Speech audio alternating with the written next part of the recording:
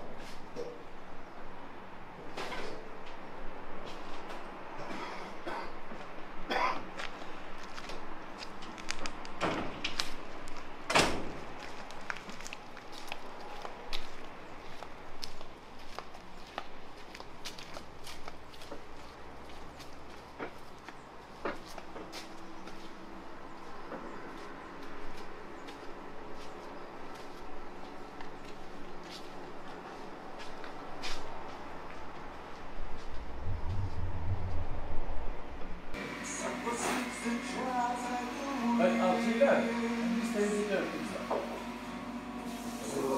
Ne? Siyah dediğim ne çok var pizza. Öyle mi?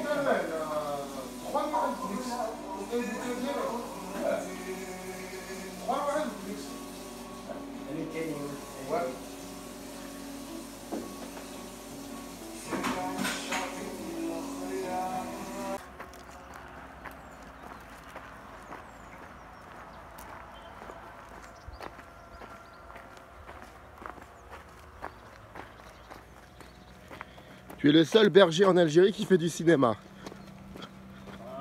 Dans le monde, peut-être non. Hein? Je sais pas.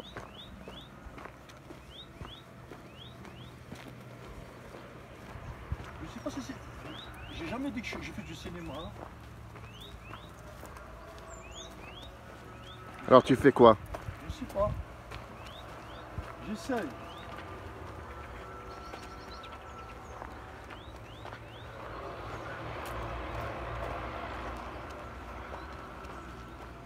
Tu racontes des histoires. Voilà. Ce qui me traverse. Ce que nous traversons.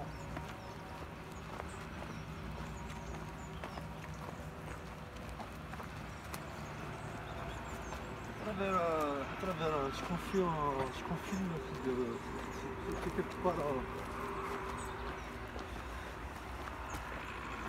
voir sans les limites, le doute, l'incertitude, les espoirs, les illusions, les désillusions. Explorer toutes ces frontières entre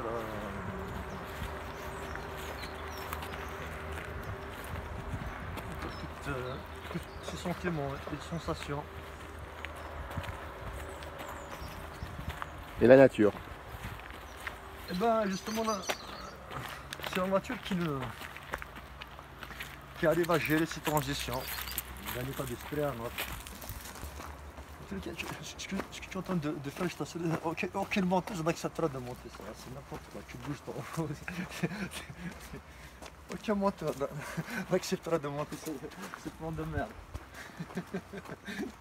Là tu gardes pour toi par contre. Pourquoi tu veux que je garde ça pour moi? Il n'y a aucun monteur sérieux ne pourra monter ce que tu fais là, c'est n'importe quoi. Bah c'est ma façon de voir les choses aussi. Bon, On parlait de regard, c'est ma façon de voir les choses. Je t'ai toujours connu comme quelqu'un qui était toujours en mouvement. Tu marches tout le temps, tu t'arrêtes jamais. donc je suis d'accord. Et c'est pour ça que je te filme, là, maintenant. Même si c'est dur de te suivre. Tu es toujours en mouvement. Ça fait 10 ans que je te connais. Tu ne t'es jamais arrêté.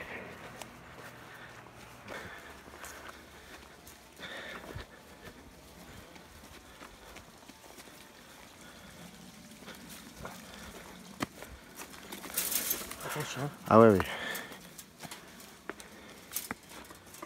Vas-y.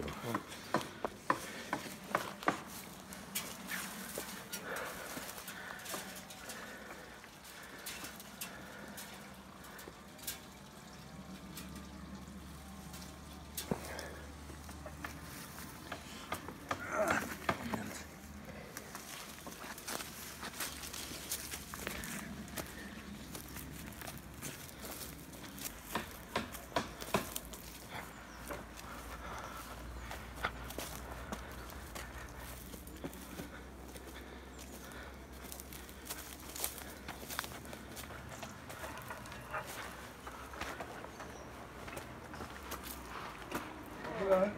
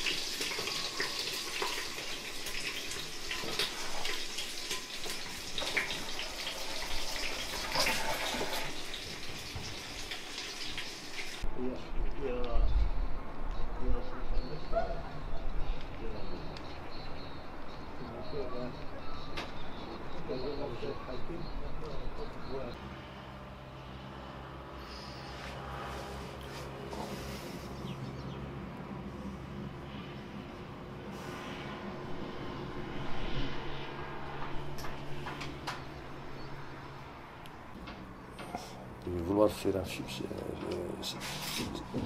c'est un peu quand même c'est de l'énergie, vraiment de l'énergie, beaucoup d'énergie. Et du sacrifice? Ah oui, mais là, là je viens juste de sortir du montage de mon film. J'ai perdu 20 kilos quand même. 20 kilos, je suis vraiment épuisé, je suis vraiment mort, vraiment mort. Le corps ne suit plus, c'est pas facile. 20 kilos. Les 3 semaines de tournage, j'ai perdu 15 kilos. Et les 3 semaines de montage, 5 kilos. Ah, franchement, j'ai peur de disparaître avant sa sortie. Je t'assure, c'est incroyable. L'énergie qu'on dépense. Mais comment on peut perdre 20 kilos en faisant un film? Comment on peut? Bah, parce que peut-être chaque prise, chaque plan, c'est un accouchement. Tu imagines, tu fais une centaine de bébés, tu confies à une aimanteuse qui prend soin, tu vas avec, attention, lui il est plus gentil, lui il est plus grand, lui il est plus petit, lui il est plus fragile, lui il est plus sensible, lui il est plus dur. C'est comme qu'ils sont dans une maternité avec une sage-femme qui prend soin de... Bon, c'est dur, vraiment c'est dur. Moi, en tous les cas, je pense pas qu'il y a vraiment du plaisir à tourner. Je pense pas. Pas le plaisir à tourner, mais le plaisir à te faire souffrir. Tu souffres. Tu vois les choses, tu suis les choses au millimètre. C'est difficile, il faut beaucoup d'énergie, il faut beaucoup de force. Le seul moyen possible de faire du cinéma, je pense que c'est d'être sensible au silence. C'est à partir de ce moment que nous pouvons écrire et voir des choses. Tu vois, il y a le silence.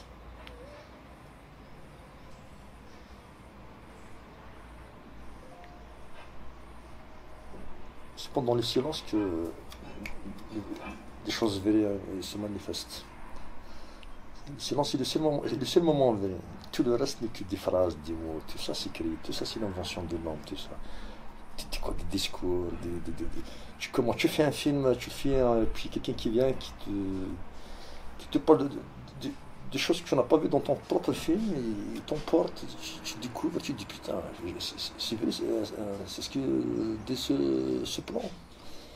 Tu dis finalement les gens ils ont vraiment la facilité du verbe, tu vois, c'est des gens qui peuvent employer 100 000 mots en 2 secondes. Tu te dis franchement quel... Puis ils passent totalement à côté des choses vraies. On ne sait rien, si tu lui donnes une caméra à aller filmer quelque chose, il aura juste ce que la caméra lui donne, mais rien de lui. Rien. Tu vois, c'est... Elle t'a donné beaucoup la caméra depuis d'hier? Bah... non, c'est pas la caméra. La caméra, ce n'est qu'un support. Ce qui a donné avec les mouches, là par exemple, je ne sais pas encore. C'est vraiment si tu as 10, 15 personnes derrière toi, quand tu vois tous ces cœurs battent à 200% pour toi, pour tes rêves, tu les embarques dans une aventure comme ça artistique, humaine, ensemble, ils se sentent vraiment, tu sens de l'amour, c'est... La caméra, elle peut te trahir. Il faut vraiment savoir, il faut vraiment que ton regard domine toutes ces conneries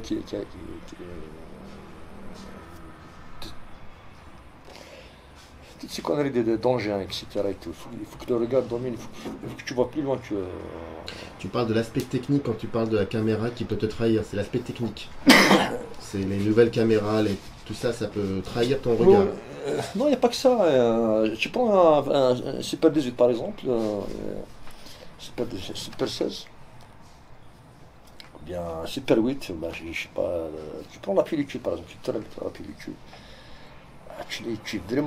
Elle est vraiment fidèle à ton regard. Hein. Putain, elle est fidèle à ton regard, elle te trahit pas, tu vois.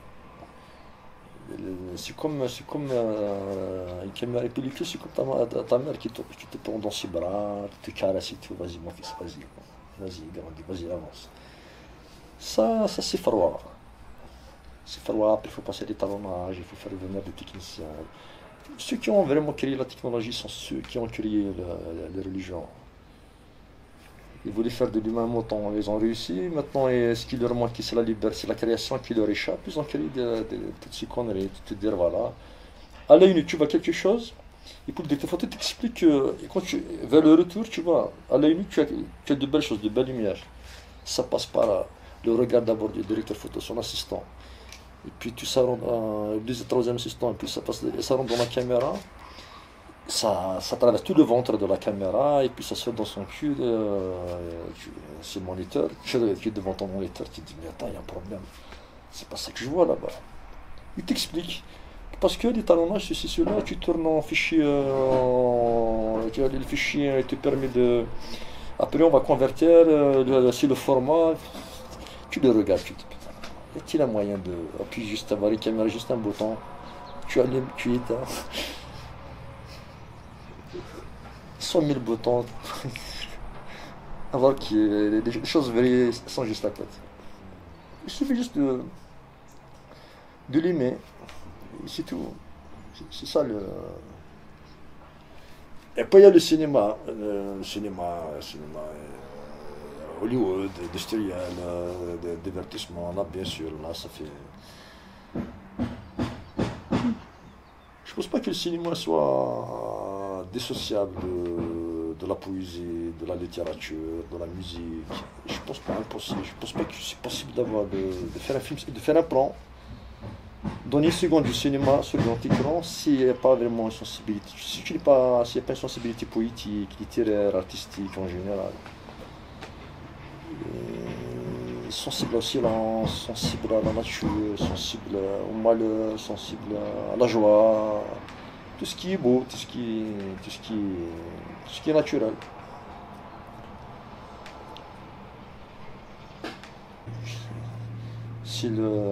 Tu vois, il y a un truc là, c'est une anecdote dans ce film, je tournais là-haut. Il y avait la brume, c'est-à-dire on voit rien. Et puis il y avait deux cousins qui sont des bergers avec des chevaux. Ils étaient de passage. J'ai dit au directeur photo, vas-y, prends-les. Donc il a installé sa caméra et tout. On l'a fait 2 fois, on l'a eu. Et puis le soir, il m'a dit, mais Omar m'a dit, c'est le plan qu'on a fait, il sert à rien. Je dis pourquoi? Je lui dis pourquoi? Il m'a dit, mais ces 2 hommes sur les chevaux, qu'est-ce qu'ils n'ont rien à faire dans ce film? Bah, je lui ai dit, tu sais, c'est toi qui n'as rien à voir. Eux, ils se sont posé la même question. C'est toi qui n'as rien à voir dans ces paysages. Eux, ils font partie de ces paysages. Eux, ils sont là tous les jours. Sans eux, quand je les vois, je pense à ces paysages. Toi, par contre, tu n'as rien à foutre dans ces paysages. Eux, ils font partie des paysages. Ils font partie de ces paysages. C'est comme si tu dis, pourquoi tu filmes un corbeau? Bien, tu filmes la nature et puis il y a un oiseau qui passe le cadre et tu dis ah non, il y a un problème, il y a l'oiseau qui traverse les champs. Putain, faut la refaire. Alors tu filmes des paysages. Tu vois, il y a des trucs, il n'y a que lui qui filme qui sait vraiment ce qu'il veut. Tout le reste, il y a certains qui sont derrière, te suivent, ils te comprennent, mais d'autres ils se posent tout le temps des questions, et à chaque fois, à chaque fin de tournage, pourquoi ceci, pourquoi cela, parce que moi aussi je fais des choses, j'improvise beaucoup. À le scénario, on le regarde presque jamais. Donc voilà, c'est des choses qui... faut croire aux choses qu'on filme. Et non seulement croire, mais il faut aimer ce qu'on filme. Et c'est tout. Des petites conneries de caméra, et puis maintenant à chaque fois de Red, Alexa, puis Sony, puis de je sais pas quoi. Tu vois, les gens courent toujours derrière. Avant, il y a des gens qui ont fait des films avec des petites caméras. On avait beaucoup de choses sur le grand écran, on avait du cinéma sur le grand écran. Maintenant, on a des gens qui filment avec des trucs, des optiques, qui coûtent tout le budget du film, et ils investissent, et puis vers la fin, il n'y a rien.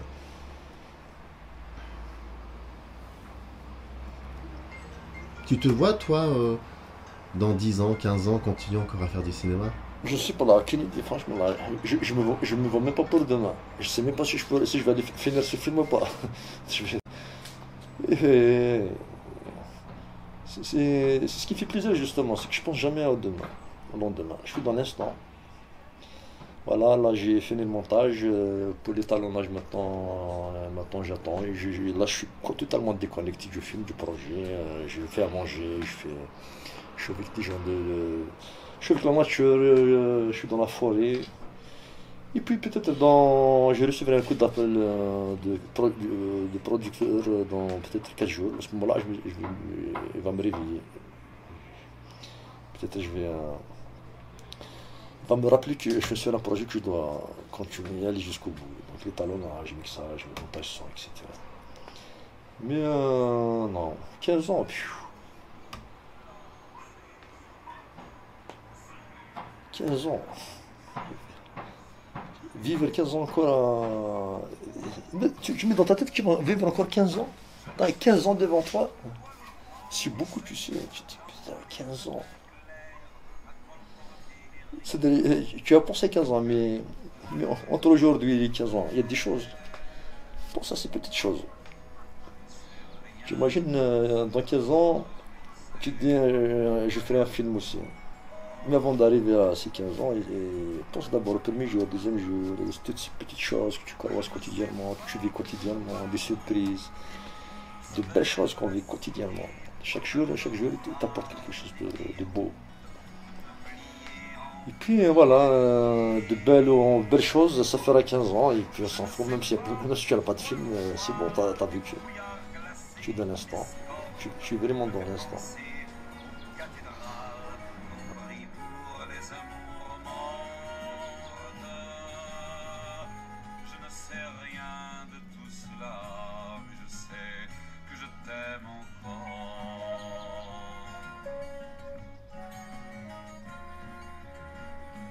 Je ne sais pas pourquoi ces rues s'ouvrent devant moi, une à une, vierges et froides et nues, rien que mes pas de lune.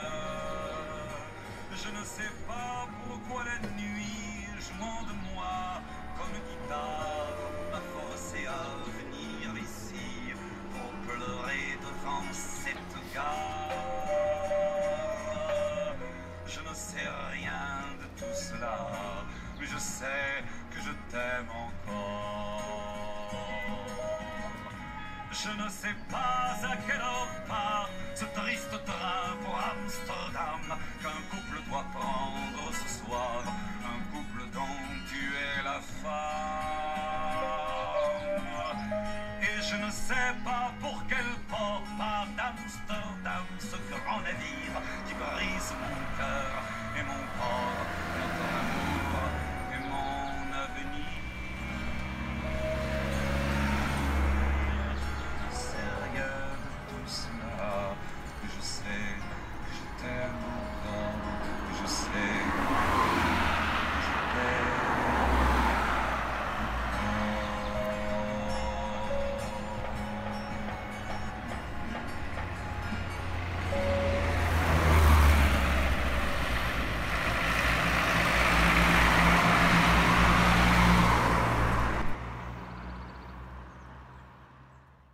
Dans l'avant-dernier chapitre de ton livre, intitulé Le Périphérique, donc, où tu parles de la rosière de Pessac, le jardin des délices et les photos d'Alix,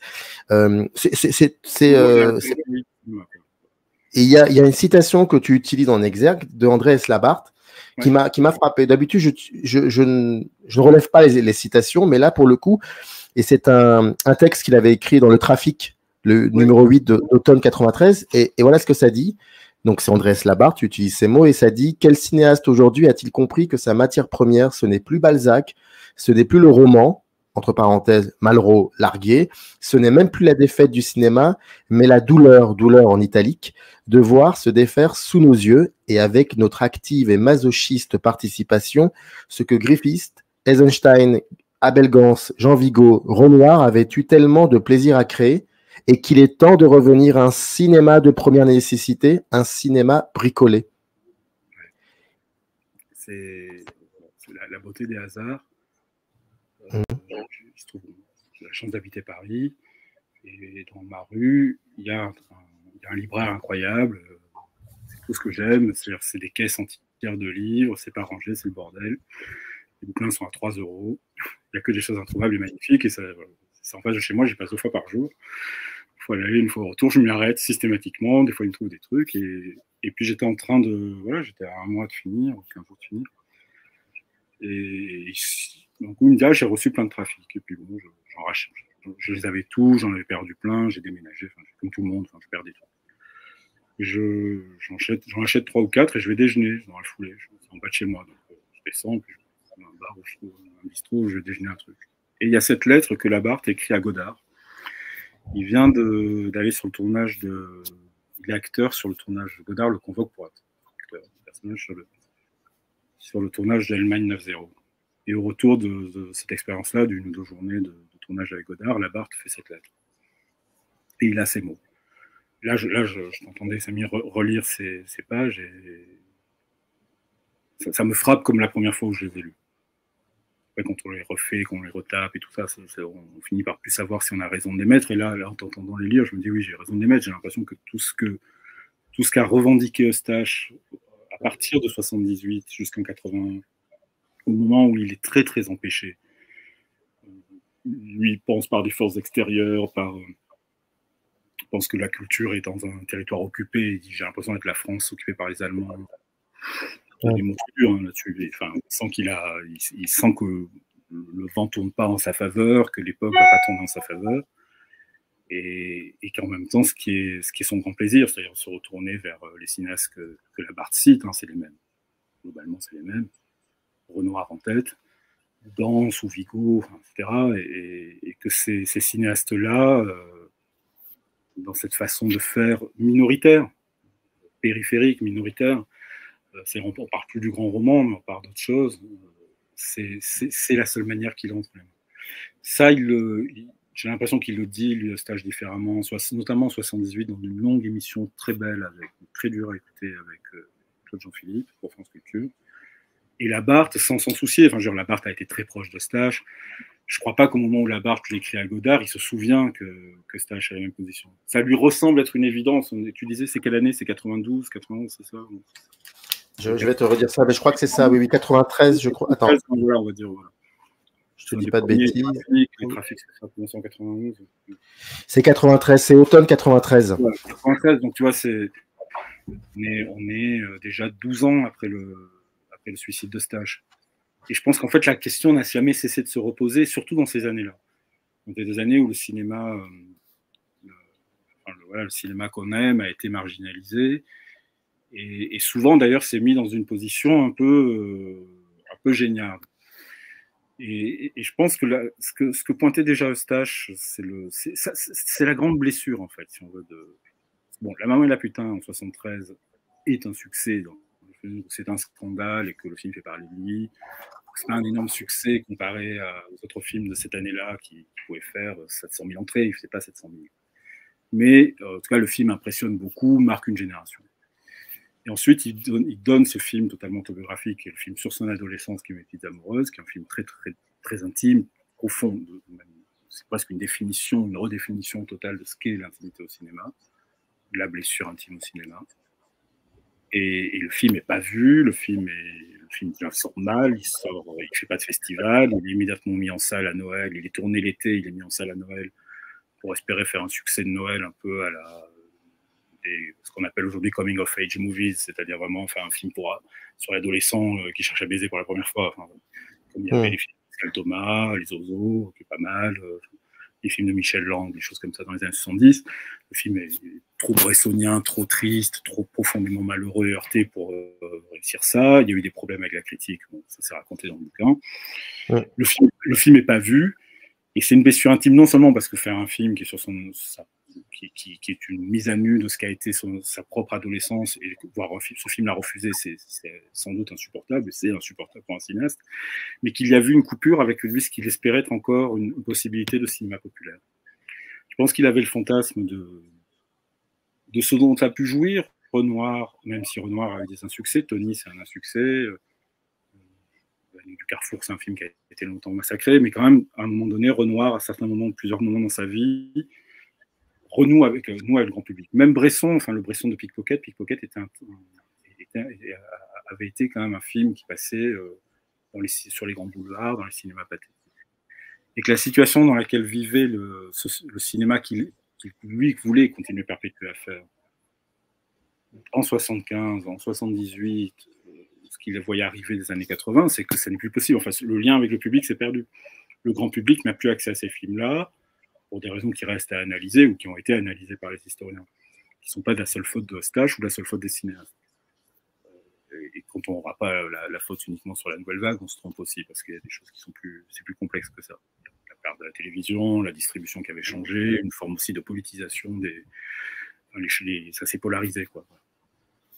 Et de fait, en fait, je pense que par exemple, Straub et Huillet, qui parlaient beaucoup du peuple, s'était fait une raison, la question que l'ouvrier n'ira pas forcément voir ces films, mais que de temps en temps, ça arriverait par accident, que ça leur suffisait.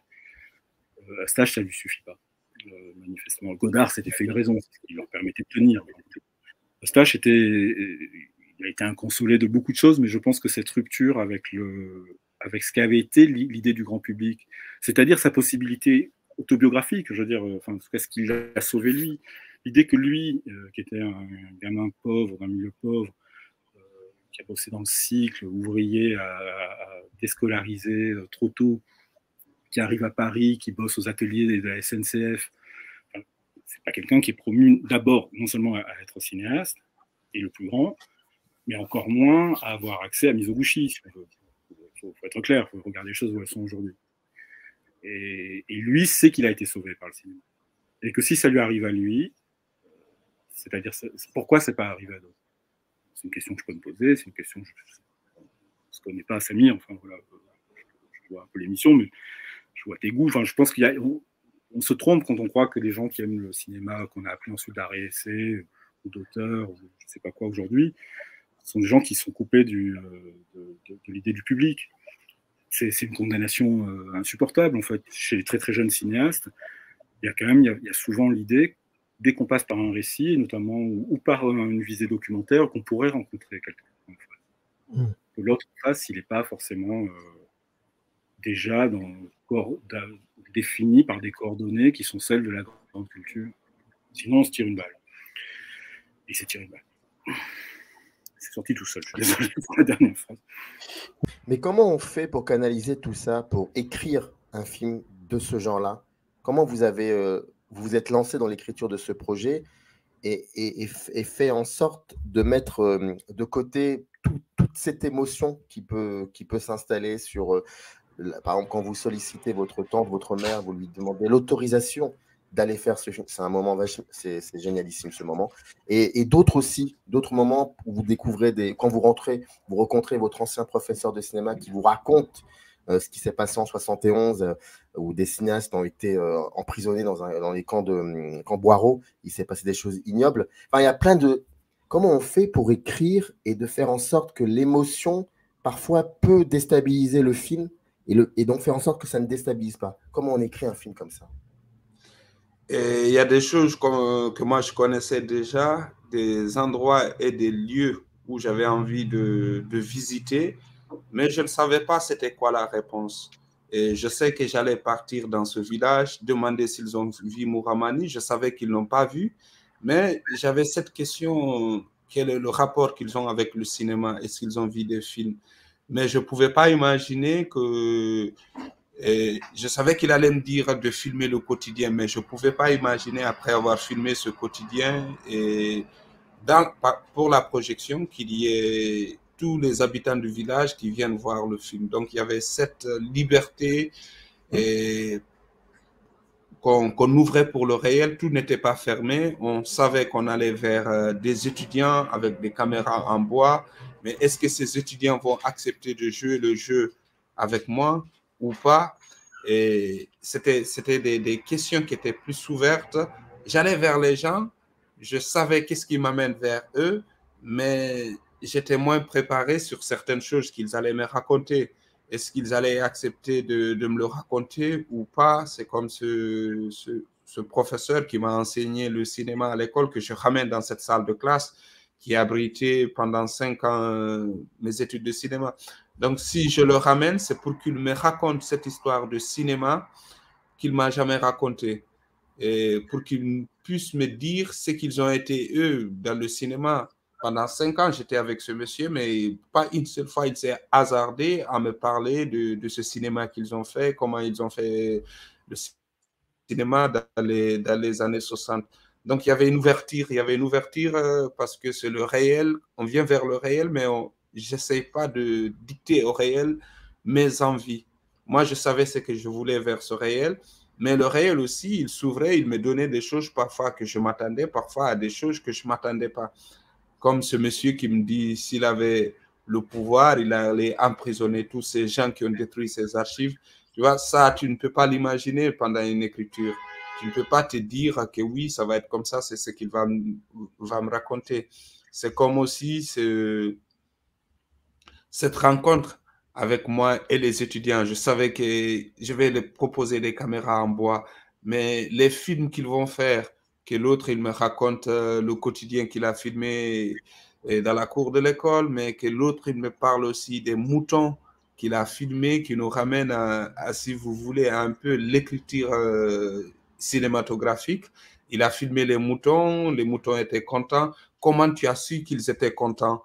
Et quelle est l'image qui nous montre que les moutons sont contents? Ah, ils ont sauté de joie. Tu vois, ces réponses et ce monsieur qui me parle de la peur de la caméra à l'école, ça, c'est des choses que moi, je n'ai jamais envisagées, je n'ai jamais imaginées. Mais je savais qu'il y a quelque chose qui se joue dans cette école, que ces jeunes, ils ont un imaginaire, une façon de voir les choses, et à un autre niveau, à un autre level. Peut-être qu'il leur manque des moyens, mais il ne leur manque pas d'imagination. Ça, c'était quelque chose qui me confronte et qui me mettait en confiance en allant vers ces personnes qu'on rencontre. Et il y avait ça, il y avait une idée de base. Je vais aller vers les personnes. Je sais pertinemment qu'ils ont entendu parler de Mouramani, mais n'ont pas vu Mouramani. Mais au-delà de Mouramani, qu'est-ce qu'ils ont à me raconter, qu'est-ce qu'ils ont à me dire par rapport au cinéma. Donc, il y avait cette ouverture vers le réel et c'est un peu, ça a été ça, le film. La séquence, par exemple, ce plan où je porte la caméra, ce n'est pas un plan qui a été écrit, ce n'est pas un plan qui a été réfléchi pendant longtemps.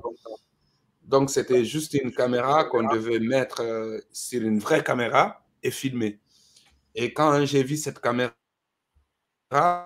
le matin du tournage, est-ce que je peux la mettre dans ma tête? Et sur ma tête, non, tu ne peux pas parce qu'il n'y a pas un grand trou. Donc, on a essayé de faire un trou afin que je puisse mettre ma tête. Donc, c'est un plan qui a été réfléchi le même jour de tournage, juste avant qu'on ne démarre à tourner. Et j'ai fait ce plan. Après, elle dit plein de choses. Il y a beaucoup de symboles dedans.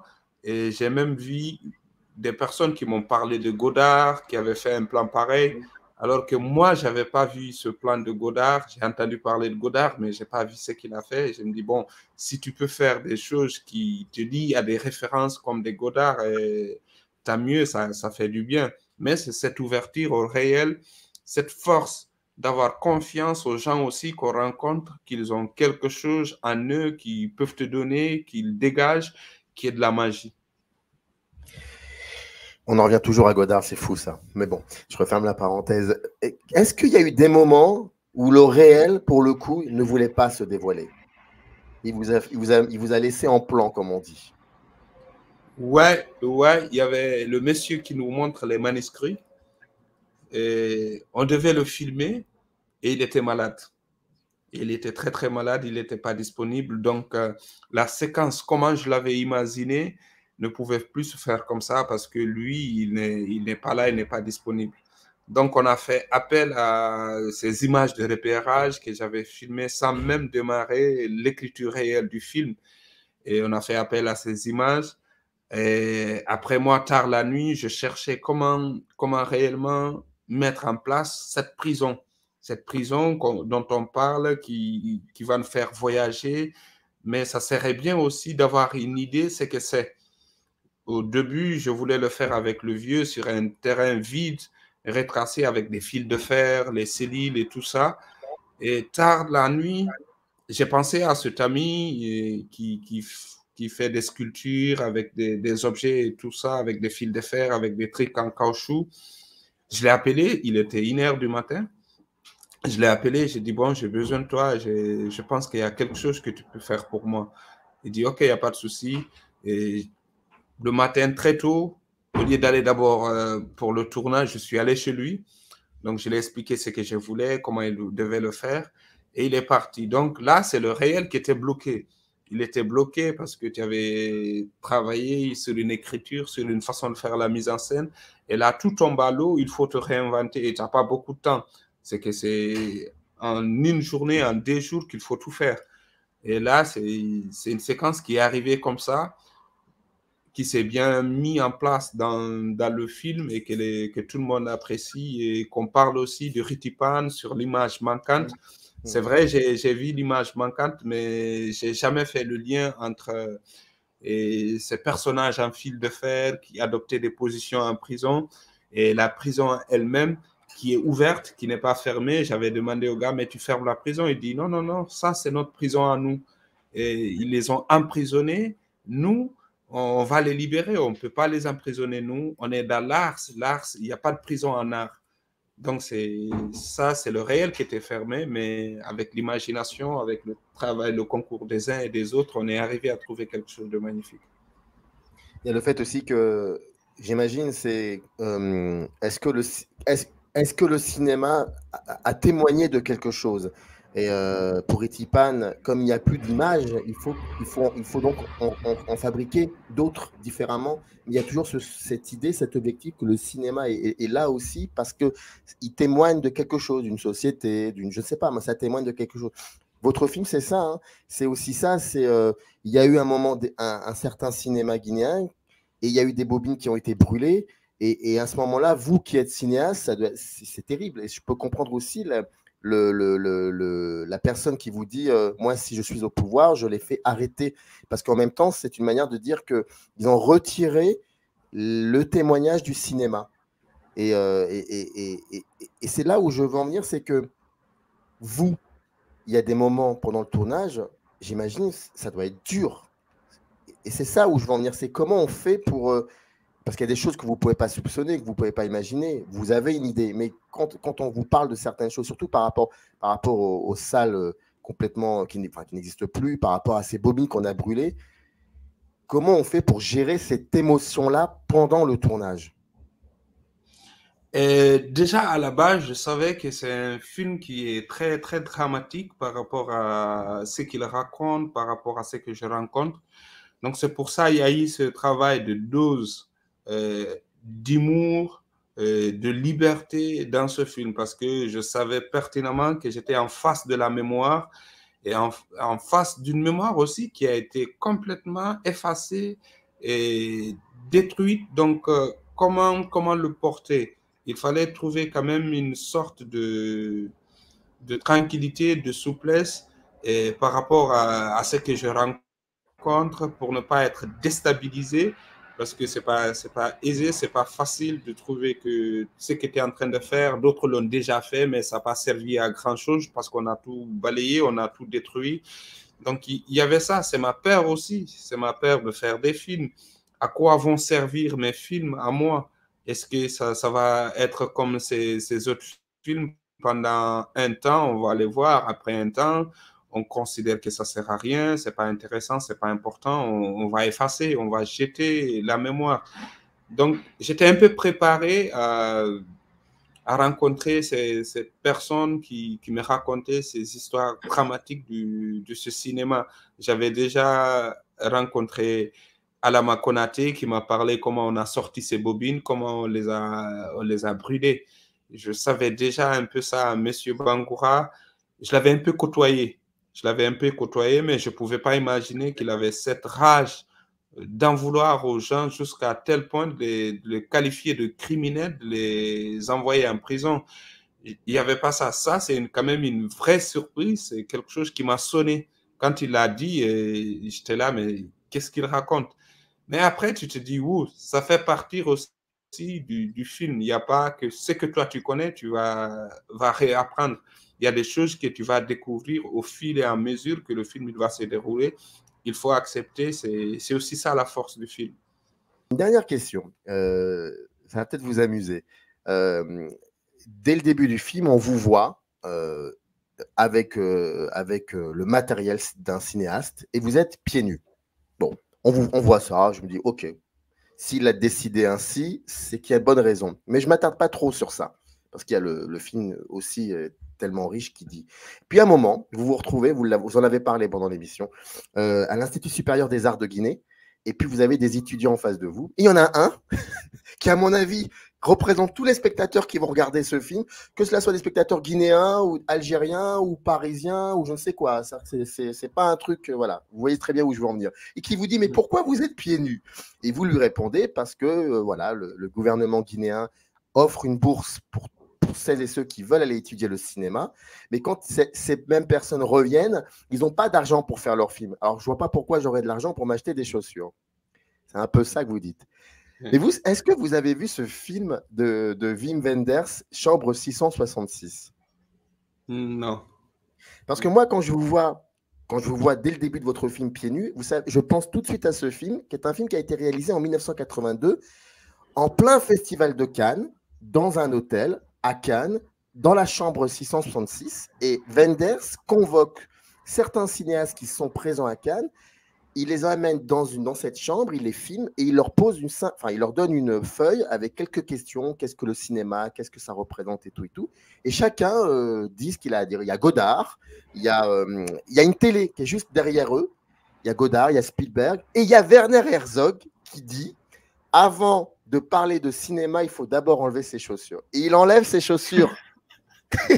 Et je me suis dit, je crois qu'à mon avis, il y a un lien avec ce film. Donc, je pense que vous êtes pieds nus parce que pour parler de cinéma, il faut être pieds nus. Ça doit être ça.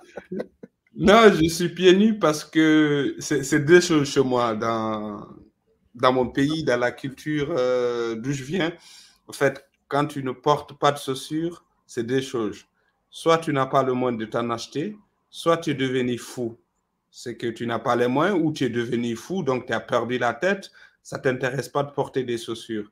Donc, moi, je suis parti de ces deux symboles-là, mais tout en sachant que oui, je ne porte pas de chaussures parce que je n'ai pas le moyen de m'en acheter. Je ne pouvais pas imaginer que c'est les étudiants qui vont poser la question.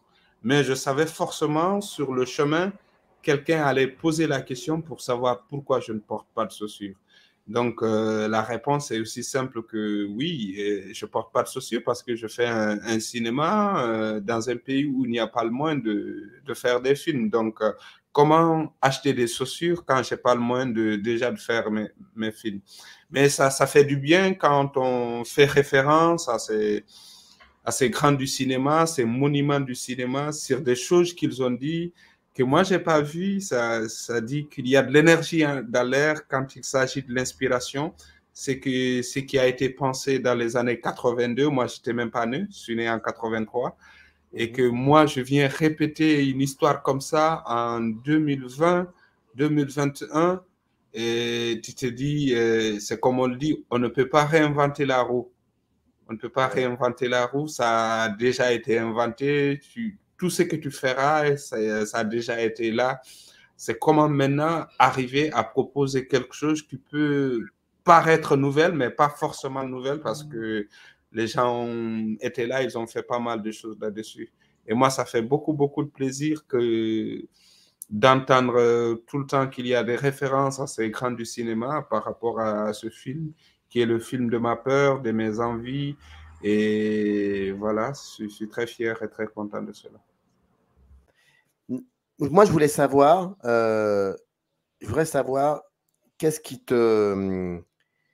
au niveau de la mise en scène de Tolby, qu'est-ce qui va te saisir, petit 1, et ensuite, parce que c'est important de souligner que nous sommes aussi là parce qu'il y a ce projet musical, qu'est-ce qui va être le déclic qui va te pousser à faire ce projet musical? Au niveau de la mise en scène, moi, c'est vraiment la façon dont il a réussi à filmer de façon très juste tous les enfants de ce village. Moi, ça m'a vraiment énormément saisi. En fait, j'ai rarement vu ça. Et on parlera, si tu veux, d'un autre film algérien qui est un peu en résonance, qui est La Chine est encore loin de Malek Bensmaï. C'est dingue. Ça a fait 16 minutes qu'on a commencé l'émission. Et ça fait 16 minutes, je me dis, il ne faut pas que j'oublie de lui parler de La Chine est encore loin. Ah bah oui, bien sûr. Parce qu'en plus de cela, je sais que Malek Bensmaï est un cinéaste, tu n'es pas insensible à son cinéma. Oui, bien sûr, ouais. Mais parce qu'en fait, tu vois, la première scène de Noah, c'est ses enfants. C'est ces enfants qui sont en train d'apprendre avec leur professeur. Par la suite, on va aller voir beaucoup les enfants être témoins de ce que sont en train de vivre leurs parents. Et ce que sont en train de vivre leurs parents, c'est l'expropriation, la spoliation de leurs terres, la mort de leur père, assassiné par les gardes forestiers ou par les militaires, enfin bref. Et à plusieurs reprises, en fait, c'est vraiment quelque chose qu'il arrive à saisir sans aucune, sans aucune facilité. C'est-à-dire que filmer un enfant en gros plan en train de regarder quelque chose, ça a très souvent un véritable impact émotionnel, en fait. Je dis pas que c'est facile, hein, mais il va réussir à rendre ça intéressant en mettant vraiment dans un montage. Dans un montage, c'est-à-dire qu'au milieu d'une scène où on va voir des Algériens entre eux se battre pour vivre, en fait, pour réussir à se nourrir, à garder leur terre, etc.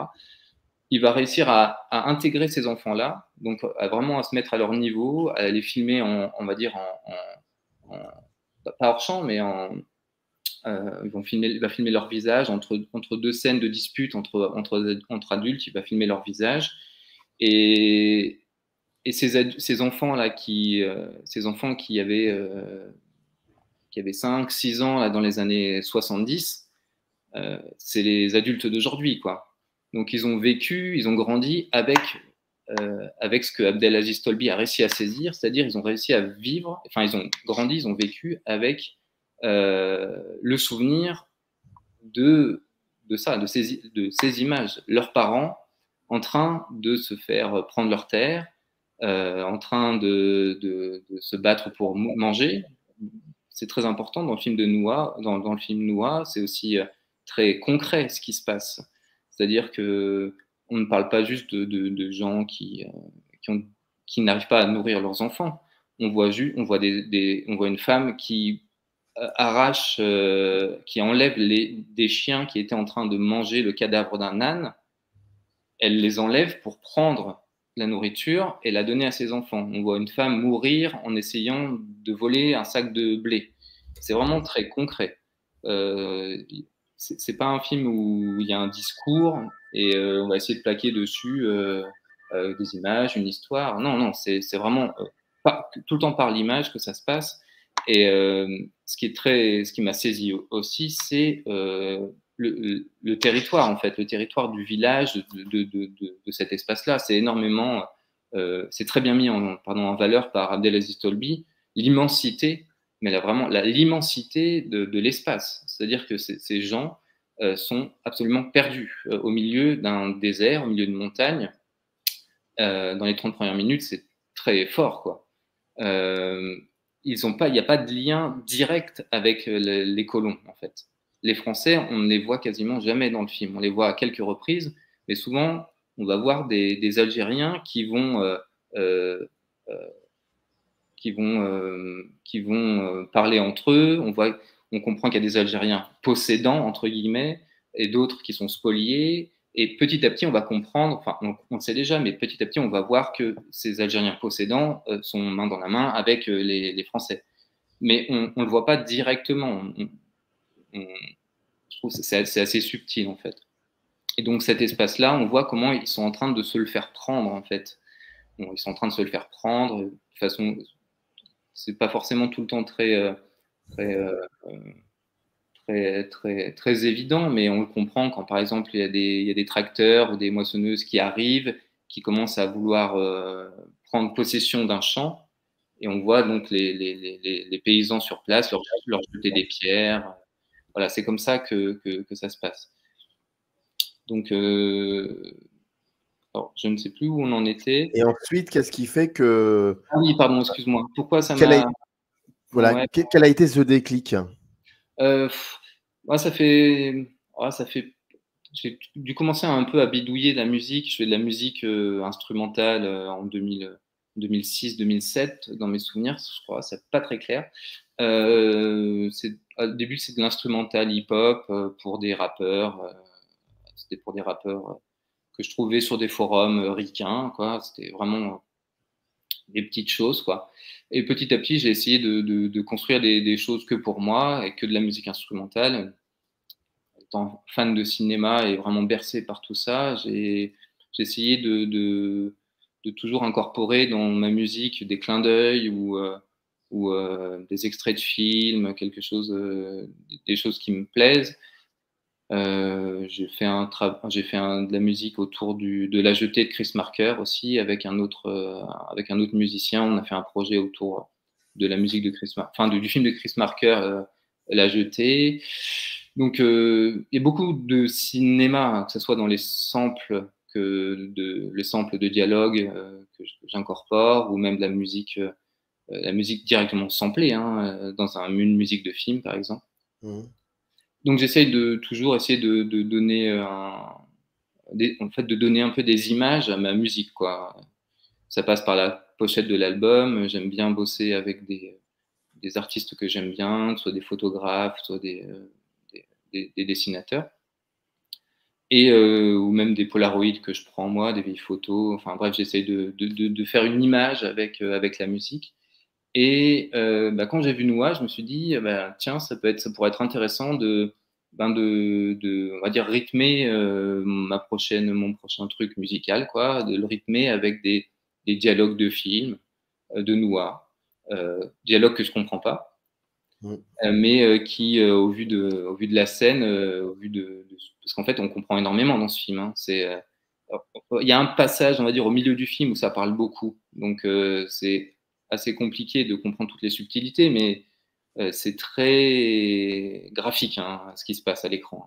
C'est difficile de pas saisir.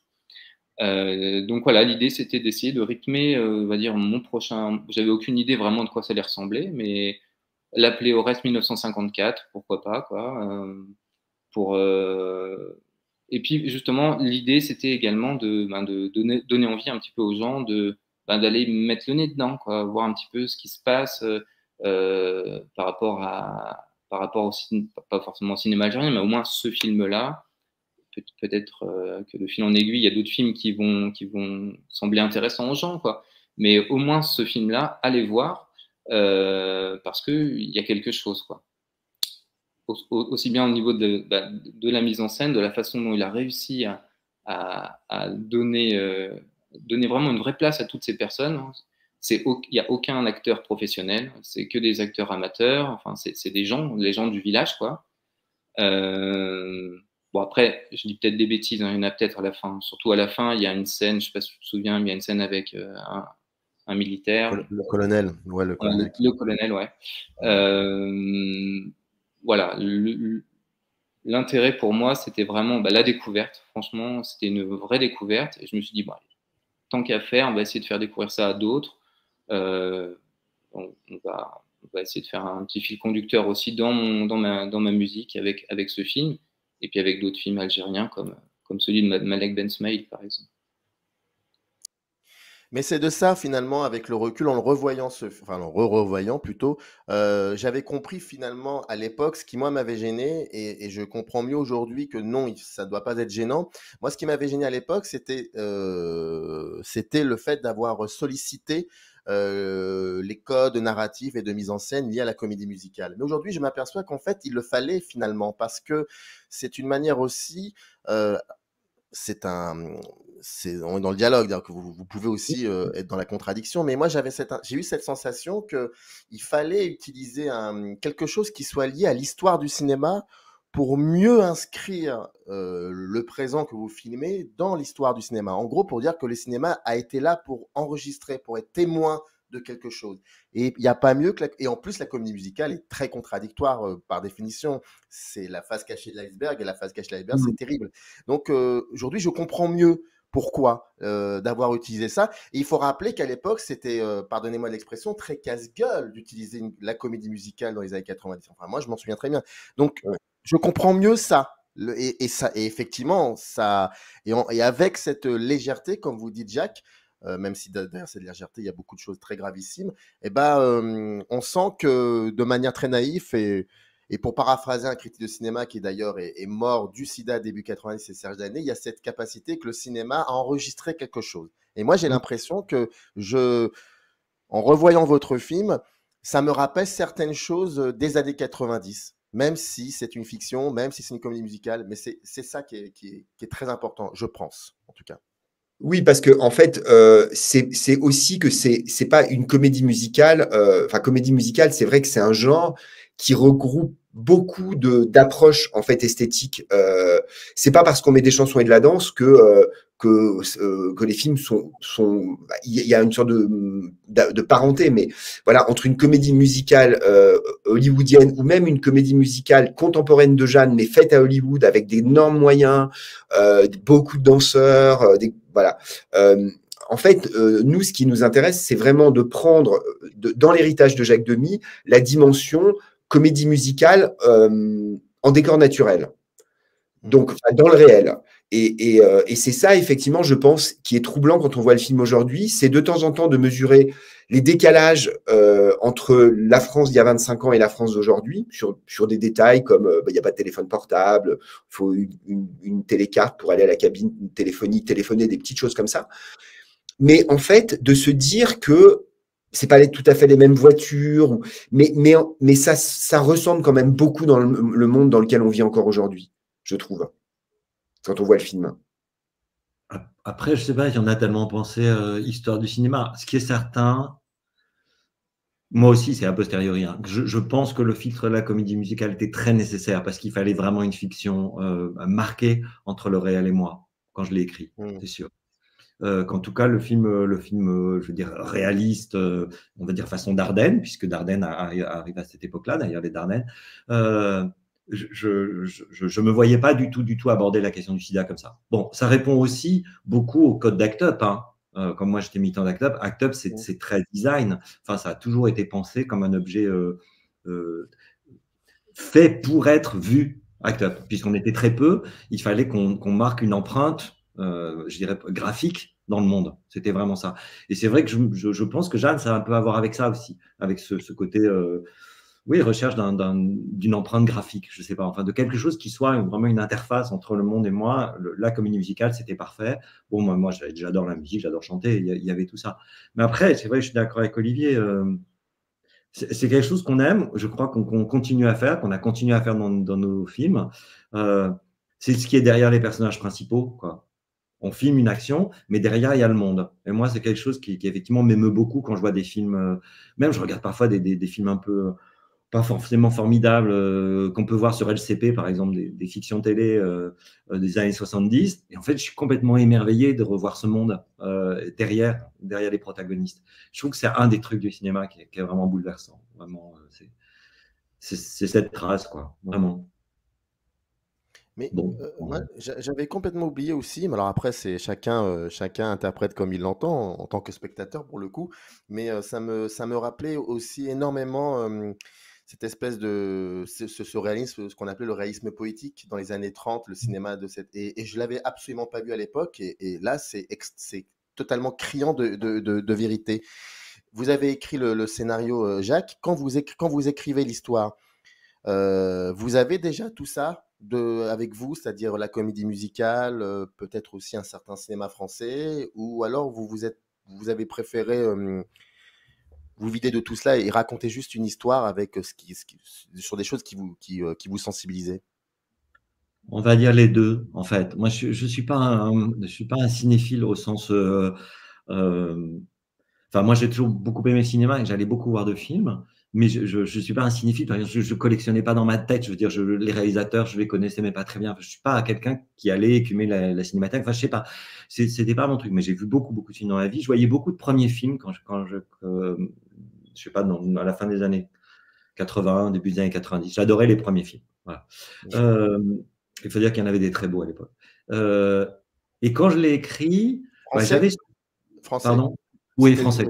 Ouais, je me souviens, je sais pas, Christine Pascal, enfin, des gens comme ça. Dès que je voyais le premier film, j'allais voir. Moi, c'était un truc, j'allais voir les premiers films. Et j'essaye de continuer à le faire parce que je trouve que il se passe toujours un truc un peu miraculeux dans les premiers films. Et j'avais surtout Jacques Demy en tête, hein. C'est clair et net. J'avais la bande son parce que j'avais jamais vu le film, la bande son d'une chambre en ville en tête. Et après aussi des anti-modèles contemporains. C'était ça aussi qui fait retrouver le réalisme poétique, par exemple, même dans le profilage du personnage. Le fait que Jeanne ce soit quelqu'un de modeste qui vit dans une chambre de bonne, enfin des choses comme ça, c'était pour s'opposer au cinéma dont on se moquait beaucoup de la fin des années 80, du début des années 90, du cinéma français, qui était tous ces artistes bohèmes qui vivaient dans des 180 mètres carrés à Paris avec des moulures au plafond. Enfin, c'était le truc qui nous faisait tous rire. Il y avait dans tous les films français, c'était comme ça. Enfin, il y avait vraiment beaucoup de jeunes filles français où ils n'avaient pas l'air de travailler et ils vivaient dans des palaces, quoi, vraiment. Mais il n'y avait pas de meubles. Enfin, c'était important. Voilà. Et c'est vrai que je pense que c'est Jeanne qui renvoie à ce cinéma-là, du réalisme poétique. C'est un peu voilà, la petite jeune fille modeste qui travaille dans un standard, etc. Et qui évolue dans un monde qui est le nôtre, donc des décors urbains contemporains. Je crois que c'est vraiment. Mais oui, moi, le réalisme poétique, j'ai toujours aimé, je revendique. Oui, il n'y a pas de problème.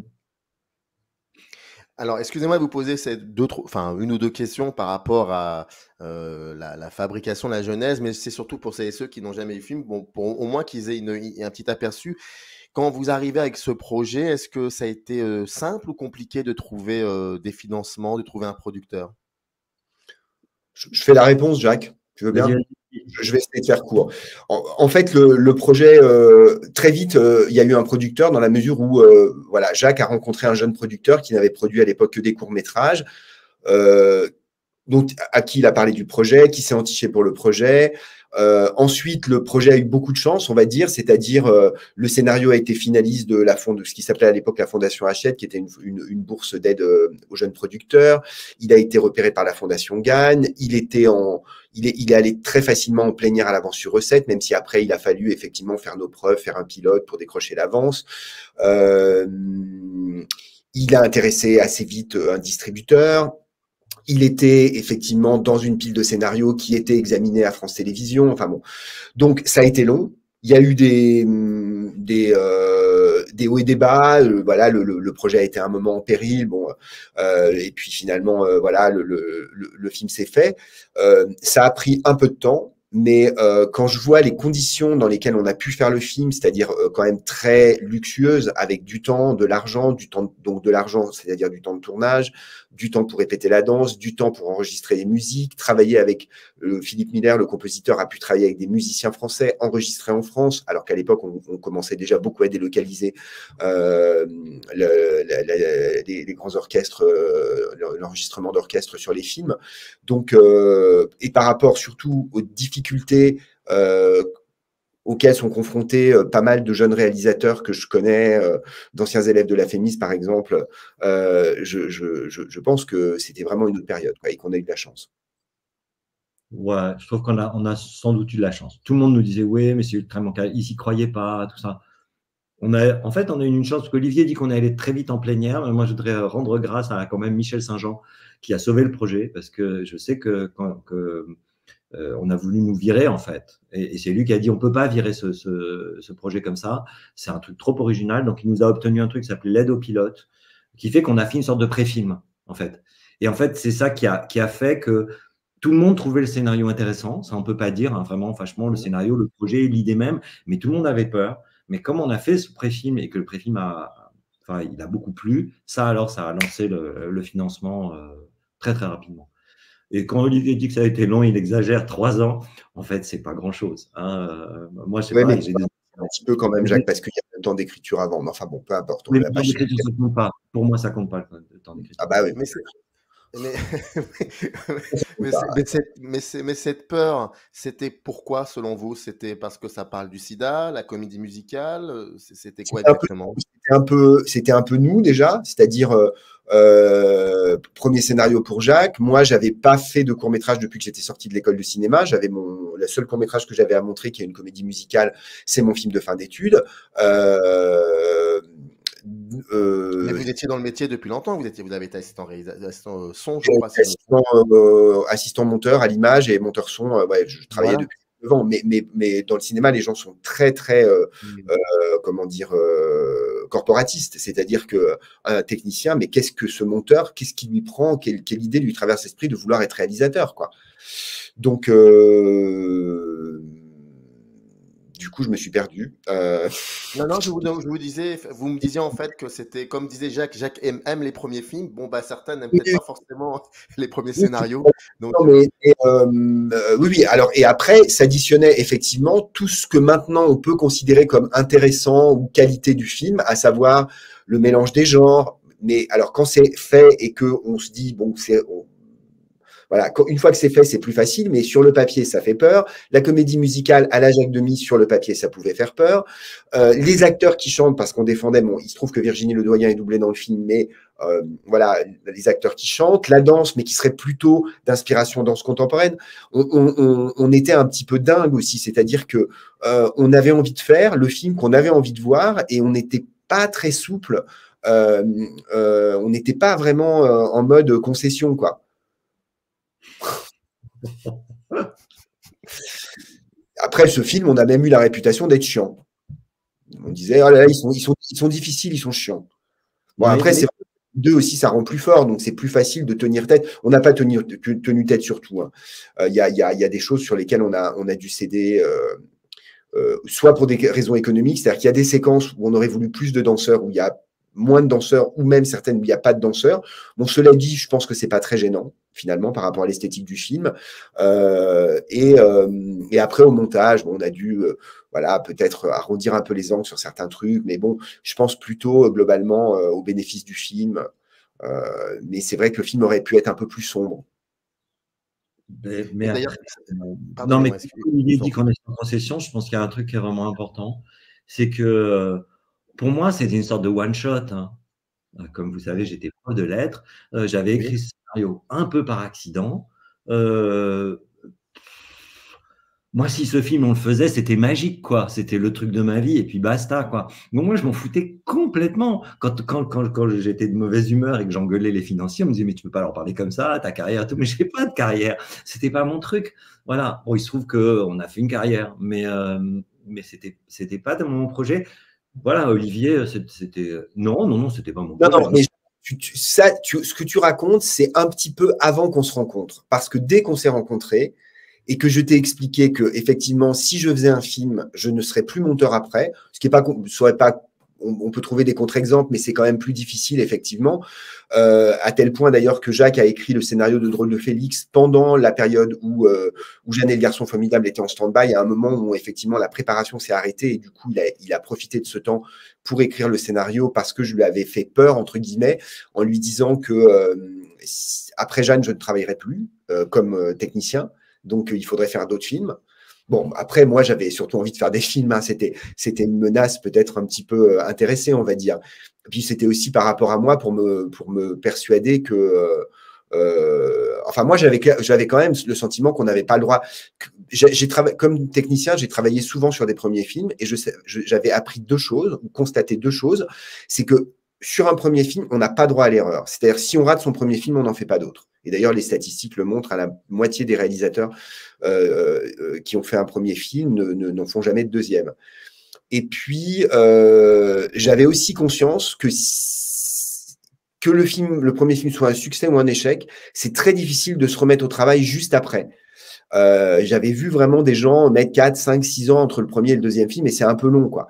Et donc, je m'étais dit, le moyen de contrecarrer ça, c'est d'avoir déjà un deuxième projet avant même de tourner le premier.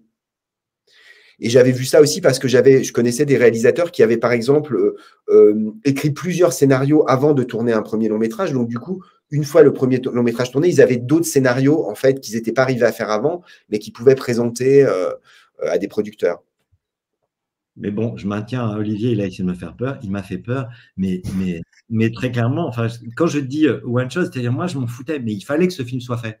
C'est-à-dire qu'à partir du moment où j'ai lancé là-dedans, tout d'un coup, j'ai cru à l'importance de ce sujet, j'ai cru à l'importance de ce film, et j'ai pensé qu'il était nécessaire qu'il existe.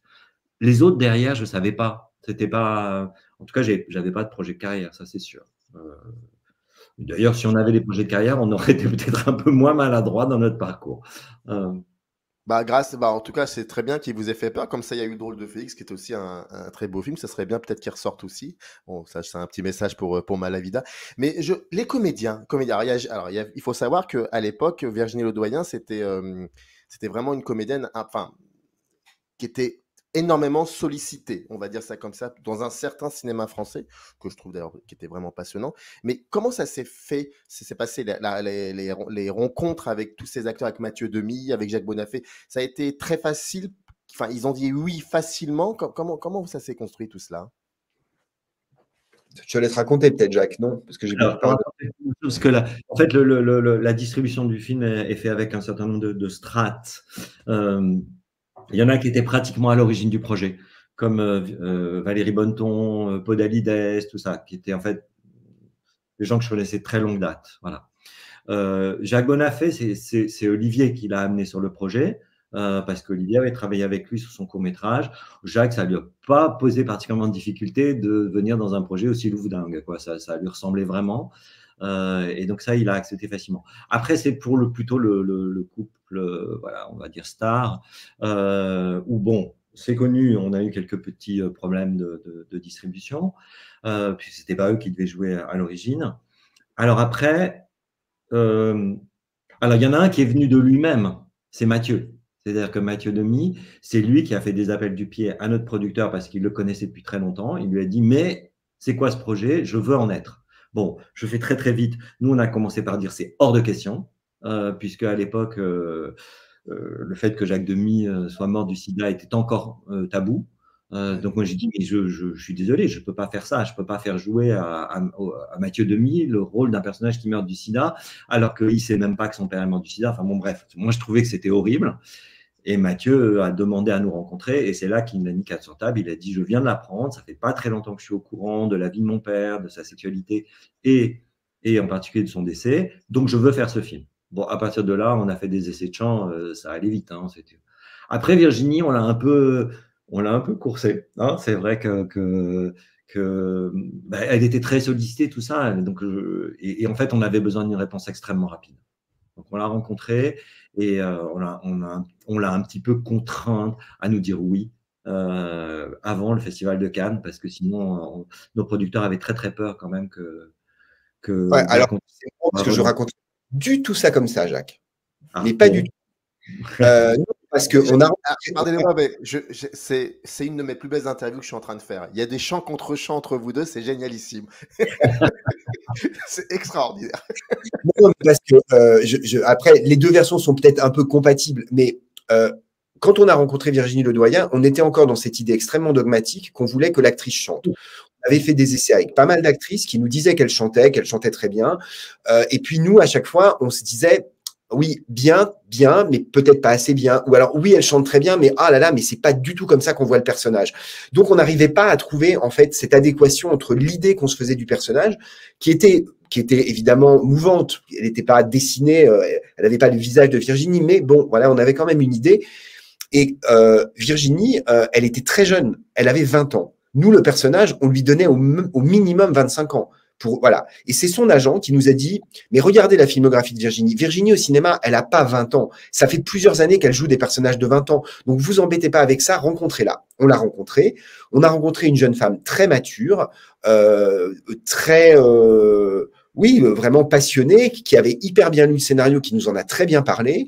C'est vrai qu'elle savait que Mathieu Demy était dans la boucle, qu'elle connaissait Mathieu, qu'elle avait envie de tourner avec Mathieu. Mais en fait, elle nous a dit qu'elle n'était pas certaine, qu'elle pensait même probablement ne pas avoir un assez bon niveau de chant pour le film. Et c'est nos producteurs qui nous ont dit, écoutez, est-ce que vous seriez d'accord pour qu'on engage Virginie sans faire les essais de chant comme d'habitude, et puis soit elle chantera, soit vous la doublerez.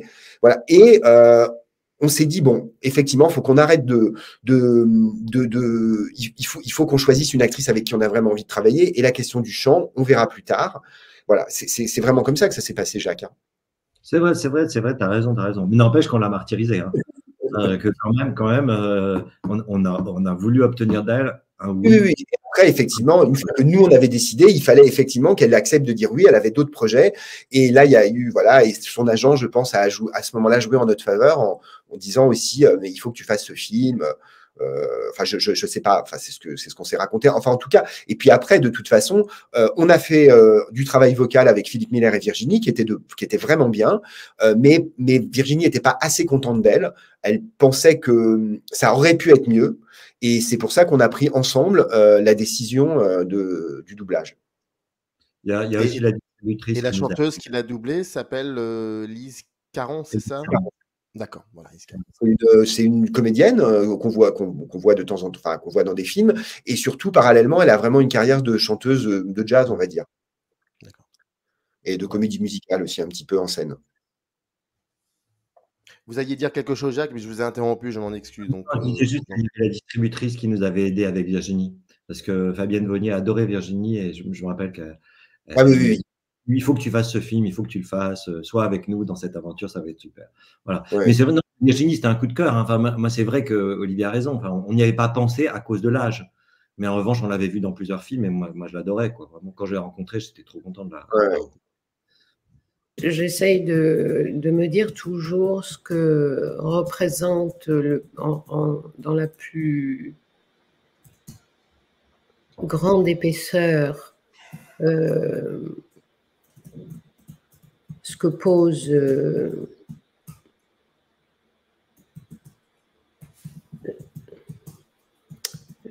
j'ai pas envie de parler du sujet, mais ce que pose le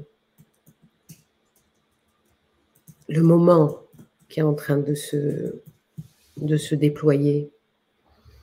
Et que là, je me suis dit, ce qui est féroce dans ce moment-là, plus que la difficulté de part et d'autre, hein, de rencontrer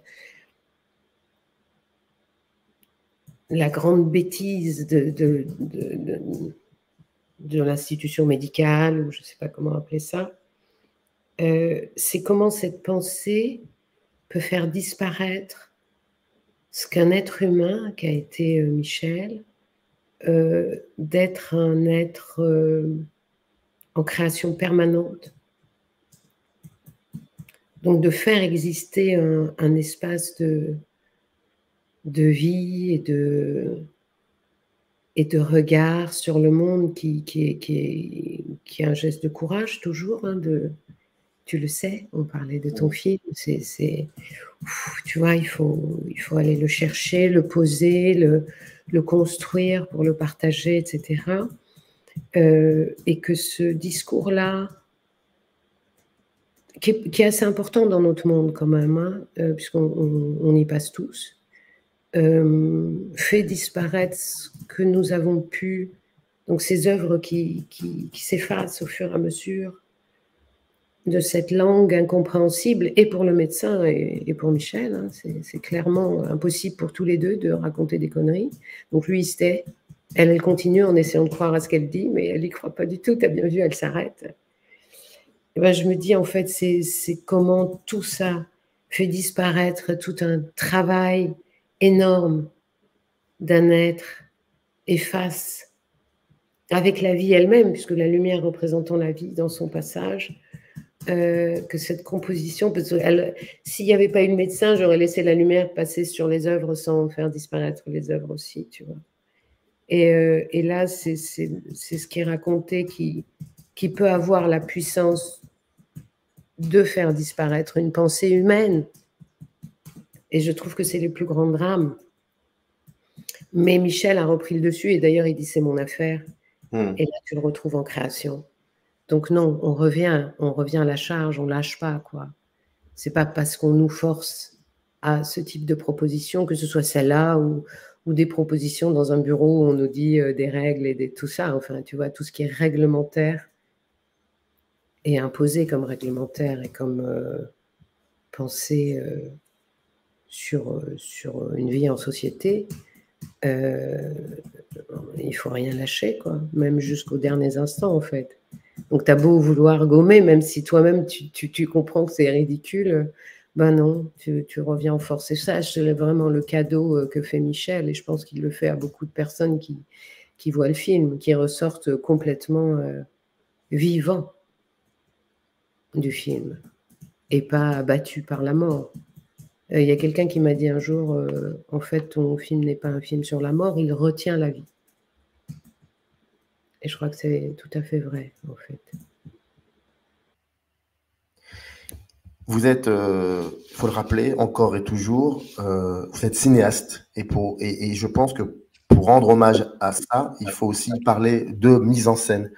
Et comme on a très peu de temps, j'ai essayé de réfléchir un petit peu à ce qui pouvait relier pratiquement en tout cas les films que j'ai vus. Et c'est pas quelque chose que j'invente, mais ce qui m'a sauté aux yeux, c'est que il faudrait peut-être, pour comprendre votre mise en scène, essayer de comprendre comment les différents moments de musique qu'il y a dans vos films peuvent rythmer la mise en scène. Et je pensais à une chanteuse de jazz que j'aime beaucoup, et dans sa façon de construire sa musique et de placer sa voix, ça me rappelait votre mise en scène, c'est Billie Holiday. Et je trouve que dans pratiquement tous vos films, ça commence par une sorte de lenteur. Les mots sont posés délicatement, puis progressivement, il y a une violence qui est quand même discrète, qui est en train de venir à nous. Et puis ensuite, la mise en scène, elle se fait avec les tripes. Et j'ai l'impression de voir ça dans pratiquement tous vos films, même les documentaires. Oui. Vous avez dit Billie Holiday. Oui. Eh bien, vraiment, c'est la première fois que quelqu'un me dit ça. Eh bien, vous avez appuyé sur le bon bouton, parce que je vous dirai une chose, que je n'ai jamais dite d'ailleurs, avec qui que ce soit. Quand j'étais gamine, à la Martinique, dans la petite ville où j'habitais, à la Martinique, eh bien, moi, je chantais tout le temps. Nos voisins savaient que je chantais tout le temps. Et ils me disaient que j'avais une voix de soprano colorature. Moi, je chantais, j'avais deux idoles. J'avais Billie Holiday et Edith Piaf. Et je connaissais le répertoire. C'était étonnant parce que, et en même temps, en grandissant comme ça, en devenant une adolescente, etc., je me disais, mais si j'avais le pouvoir de faire rencontrer ces deux femmes, de les faire se rencontrer, ça aurait été le plus beau cadeau que je pouvais me faire à moi. Mais malheureusement, Billie était déjà morte. Et Edith Piaf, elle était encore vivante, et puis elle est morte plus tard, quand moi je suis arrivée à Paris. Bon, et je disais, ces deux femmes pour moi, ce sont deux âmes sœurs, quoi. Et elles me bouleversaient par leurs chansons, parce que elles chantaient la vie, leur souffrance, leur combat, et qui était justement le combat et les souffrances de tant de gens, tant de personnes. Et moi, je m'identifiais totalement à chacune de leurs chansons. Et c'est vrai que j'ai utilisé un morceau d'Edith Piaf dans Siméon, et c'est Jocelyne Béroir qui interprète justement cette chanson. Et c'est un hommage à Edith Piaf, voilà. Donc c'est quand même assez... Ça me touche que vous parlez comme ça, ce que vous venez de dire, parce que je ne l'ai jamais dit comme ça dans une interview ou autre. Mais c'est elles m'ont nourri, ces deux femmes m'ont nourri, comme Bob Marley m'a nourri, comme d'autres chanteurs m'ont nourri, africains par exemple, etc. Qu'est-ce qui déclenche le moment où tu dis là, là il y a une histoire et on va commencer à l'écrire? Ouais, ça c'est une bonne question. C'est un peu impalpable, hein. Moi, quand j'écris, en fait, je prends beaucoup de notes avant Mhm. de plein de trucs. Soit c'est des scènes qui arrivent, soit c'est des trucs de la vie que j'ai observé et de la vie autour. Et tu vois, je me dis, tiens, ce serait intéressant de ça. Soit c'est une ligne de dialogue, soit c'est même une image. Et puis quand je commence à écrire, je vais m'attacher à un peu je relis un peu tout ça et puis il y a des choses qui commencent à se mettre ensemble de manière presque naturelle et en même temps c'est souvent des choses qui vont pas ensemble. Moi c'est ça qui m'intéresse, tu vois, des trucs ça va créer une dynamique. C'est pas forcément attendu de mettre telle chose avec une autre. Et après tu tires un peu le fil et puis c'est surtout en fait les personnages qui vont te dire est-ce que tu tiens un scénario ou pas. Et puis c'est pas rien hein, parce que tu sais que tu vas passer enfin, faut que ce soit solide, quoi, parce que tu vas passer Mhm. beaucoup de temps à l'écrire et puis après encore plus à essayer de le monter. Enfin, ça va devenir ta vie pendant 3 4 5 ans. Donc, tu as intérêt à être bien dans ce projet-là, tu vois. On parlait tout à l'heure de nommer les projets et parfois il y a des projets que tu débutes et que tu arrêtes parce que tu sens justement qu'il n'y a pas cette matière-là. Même si tu as un super début ou une super fin ou un truc où tu te dis ah ouais, ça j'ai envie de le filmer, bah, tu sens il manque une richesse, il manque une profondeur, il manque quelque chose qui te touche aussi toi pour raconter cette histoire en particulier. Et donc parfois, moi j'arrête des projets, je les mets de côté. Ça ne veut pas dire qu'ils ne reviendront pas à un moment, mais en tout cas, je me dis non, non, c'est pas ça. Et parfois, au contraire, tu commences, et puis tu as un personnage qui s'impose, un deuxième, et puis là, tu commences à te dire, tiens, je vais raconter ça. Là, je suis vraiment dans cette phase-là, en ce moment, où je commence à écrire un troisième film, et donc c'est intéressant à cet endroit-là, tu vois. Mais c'est vrai que c'est quelque chose que j'essaie de questionner assez tôt, parce que sinon tu t'embarques et tu commences à bosser, tu commences à installer des trucs qui vont te plaire, et puis après, au bout d'un moment, tu te rends compte que c'est un peu artificiel, ou que ça va pas assez loin, ou que tu sais plus quoi en faire, tu vois. Et donc ça, c'est très douloureux, quoi. Si tu as commencé à installer des choses ou à écrire des scènes que t'aimes, et puis tu dois t'en défaire parce que tu dis, ben, en fait, je- bon, je me suis trompé. Donc ça, justement, j'essaie de questionner maintenant à chaque fois presque que je commence à écrire sur ce nouveau projet, je me dis qu'est-ce que je raconte en fait, de quoi je parle, pourquoi je veux parler de ça, et quel est là le sentiment entre ces deux ou trois personnages qui va m'intéresser du début à la fin, tu vois. Donc c'est vraiment ça qui, je me souviens, j'avais lu ce fameux livre de Sidney Lumet qui s'appelle Faire un film en Ouais. français, tu vois, qui est un livre vraiment intéressant parce qu'il raconte tout le processus de fabrication d'un film. Et sur l'écriture, il parlait de ça, il disait c'est quoi le thème du film, il faut vraiment que tu puisses résumer, enfin il faut qu'un film on puisse le dire, c'est ça l'histoire et tout. Et j'avais lu ça il y a quelques années, et moi ça m'avait un peu énervé parce que je me disais oh là là, c'est un peu théorique de dire ça, moi je pourrais pas résumer mon film, pour moi il n'y a pas un thème, enfin il y a plein de choses.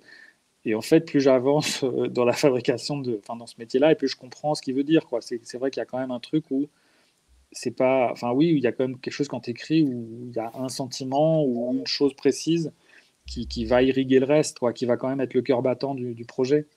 Et c'est ça que tu vas défendre après, tu vois. C'est ça quand on va te dire de quoi ça parle, qui est une question toujours difficile parce que Mhm. tu vois, c'est comme ce truc de pitch, synopsis, c'est très dur de résumer. Ou surtout moi, j'ai pas des films qui sont des films à concept ou qui sont des films avec une ligne dramaturgique très forte où tu te dis ah qu'est-ce qui va se passer après.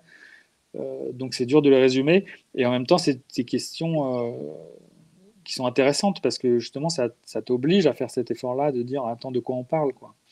Et tout ce qu'il y a autour, je trouve que si tu sais un peu mieux de quoi tu parles, si tu arrives à faire cet effort-là et à te dire ah, il faut quand même que j'arrive à sortir quelque chose, et même si, évidemment que c'est pas que ça, mais tu vois, mais c'est le cœur battant.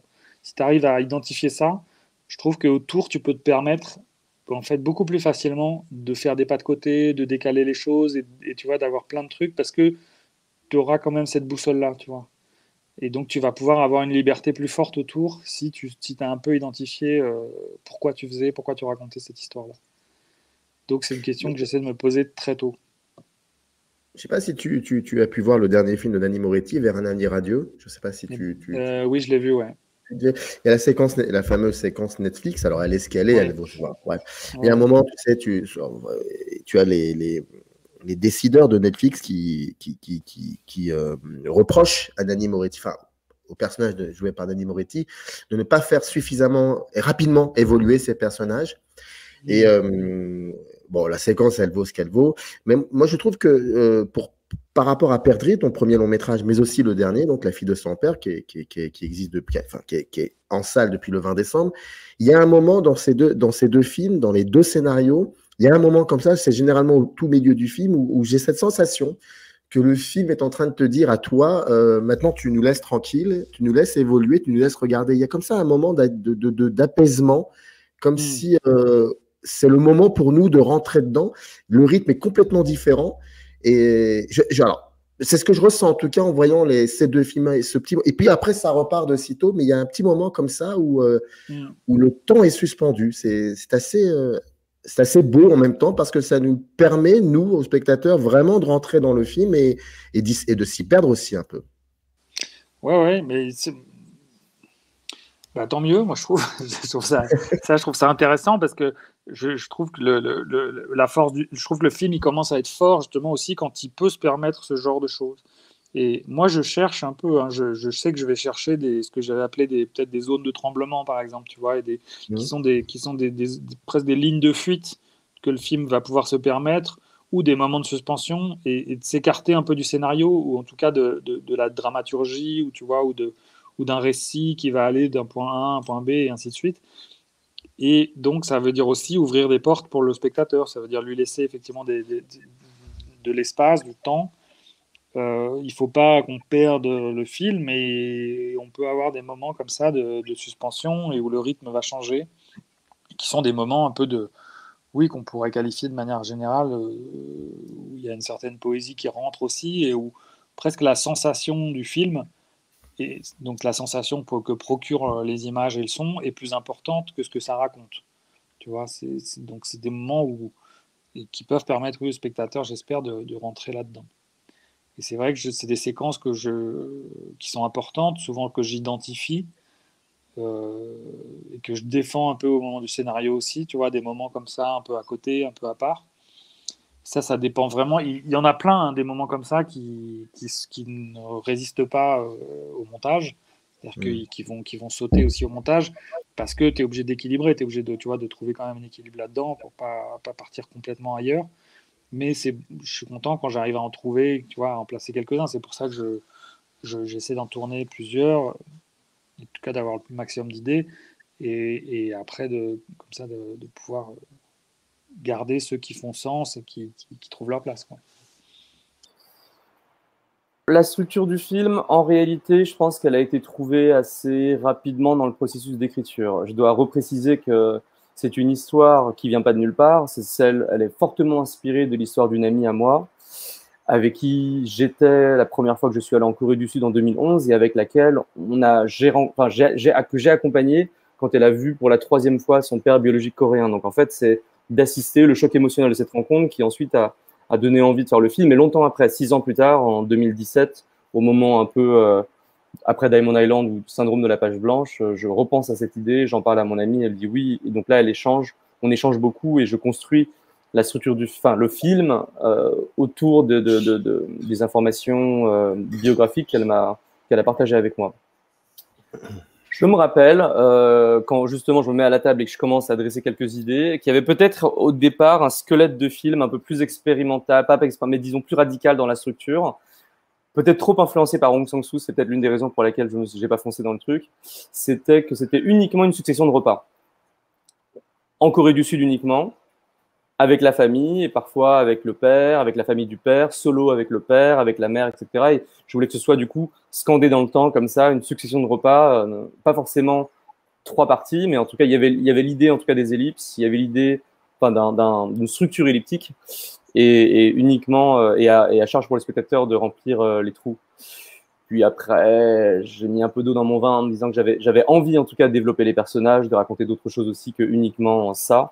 Puis j'avais peur aussi, tout comme je disais, que ce soit une espèce de pastiche de Hong Sang-soo avec uniquement des gens qui boivent du soju à table en Corée. Et donc après est arrivée cette structure en 3 parties. Et non, donc la structure a été trouvée. Après, pour moi, c'était plutôt l'équilibre. Ça veut dire la difficulté, c'est qu'il y a 3 parties, mais en fait, elles sont assez déséquilibrées. Pour moi, la première partie, qui finalement dans le montage fait 1 heure, donc c'est la moitié du film, où c'est le premier voyage de Freddy, la découverte de ce pays, la découverte d'amis et la rencontre avec sa famille biologique, jusqu'au moment où on a l'impression qu'elle part et qu'elle ne reviendra plus. La deuxième partie est là beaucoup plus courte. Je pense qu'elle fait moins de 20 minutes dans le film, donc vraiment courte. Et c'est juste une nuit et une journée, enfin 2 nuits et une journée dans la vie de Freddy, où on prend un instantané de sa vie 2 ans plus tard, où on comprend qu'elle a vécu 2 ans là-bas.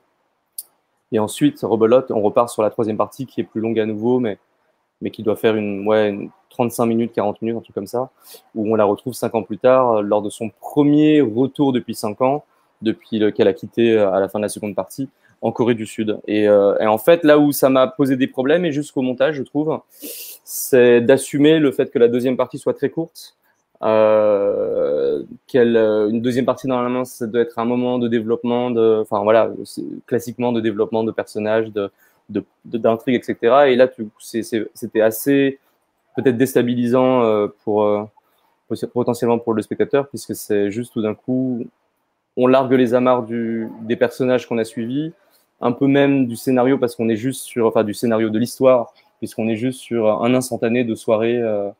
Et pour moi, il y a beaucoup de choses qui se trament en fait souterrainement, qu'on chope ou qu'on chope pas, mais en tout cas structurellement, scénaristiquement, pardon, c'était ça qui était pour moi le plus difficile à ficeler, je dirais. Et ensuite l'épilogue final. Mais tu avais besoin, lorsque tu accompagnais Freddy dans la construction de l'histoire, même si tu le dis, elle est énormément inspirée de ton ami, mais est-ce que tu as rencontré comme ça le besoin très fort de lui faire subir beaucoup de choses? Enfin, que dans tout le film, elle peut pas constamment se reposer sur une chose, par exemple découvrir son père, la séquence de danse dans le bal. Non, constamment, il y a non, je veux aller encore plus loin avec elle, je veux aller encore beaucoup, beaucoup, beaucoup plus loin. Parfois même jusqu'à sortir du scénario initial pour lui faire rencontrer des personnages qu'on n'avait pas soupçonnés. Par exemple, le Ludo de Lanquesac, par exemple, qui est incroyable. Enfin, des choses comme ça. Moi, j'ai eu cette sensation-là et en même temps, c'est de l'empathie. C'est une forme d'empathie très forte. Donc, moi, j'aurais pas utilisé le mot subir, mais je peux comprendre qu'on dit ça. Oui, tu pas vois, subir. Oui, pas subir. C'est négatif. Si on pense après, on sait jamais, tu vois, on manque de recul sur ses propres films, mais si on pense à ces films-là où le personnage principal ne fait que justement subir de la peine, en fait, c'est presque un type classique de film en soi. Moi, j'ai vachement du mal en tant que spectateur à suivre ces films-là. On pourrait dire de façon un peu méchante les films aronofskiens. Donc là, il y a peut-être un peu de ça, mais j'ai l'impression que, en fait, en vérité, pour moi, c'est initié par le personnage. Ça veut dire que cette boulimie d'aventure à vivre, cette boulimie de rencontre, elle le théorise presque au début dans ce monologue presque un peu trop écrit où elle dit, elle parle du déchiffrage comme une espèce de philosophie de vie où dès que tu as peur de quelque chose, ça veut dire de l'inconnu. Pour quelqu'un qui ne connaît pas son passé, c'est assez direct comme référence. De sauter à pieds joints dedans. Et quand on dit, donc, on reprend sur le synopsis, quand tu disais sur un coup de tête, en fait, sur un coup de tête, oui, elle débarque en Corée du Sud et en fait, tout le film est un peu sur ça. Ça veut dire, dès qu'il y a des intuitions, dès qu'il y a des signes, elle y va et elle suit sans trop savoir qu'est-ce qui va se passer derrière. Et ça, c'est à la fois un principe, j'allais dire philosophique, je sais pas si c'est philosophique, mais en tout cas, quelque chose qui me parle sur la manière d'approcher la vie en général. Mais je pense que pour un récit de cinéma, c'était aussi extrêmement stimulant qu'on puisse, alors je ne sais pas si ça marche, mais qu'on puisse en tout cas rentrer dans le film et qu'au bout de 20 minutes d'avoir compris à qui on avait affaire dans la première nuit où on suit Freddy et puis le lendemain, ou alors qu'elle avait dit j'irai pas dans le centre d'adoption, elle finit par y aller. Donc à prendre le contre-pied total à chaque fois du récit, mais même de ses propres dires, donc de pas tellement savoir exactement ce qu'elle veut et de changer d'avis, que le spectateur se dise ok, maintenant je vais la suivre et je sais que je ne sais pas ce qui va se passer dans la prochaine scène. Et ça, c'était quelque chose d'extrêmement stimulant à essayer de construire, moi je dois dire. Puisqu'aussi, je trouve, et encore une fois, je suis peut-être mauvais juge aussi de mon travail, je ne sais pas si ça marche complètement, mais je trouve que l'un des fléaux contemporains du cinéma ou des séries, mais je n'aurais pas beaucoup de séries, c'est qu'au bout de 10 minutes, tu sais exactement quelle va être la trajectoire du personnage, la première scène t'a déjà raconté voilà, où est-ce qu'elle en est, quel est son problème, et tu sais comment elle va le résoudre, il ou elle, le personnage va le résoudre, et la fin du film, et ça, pour moi, c'est terrible, en fait. C'est terrible. Dans la première séquence du film, tu as commencé à l'évoquer un peu.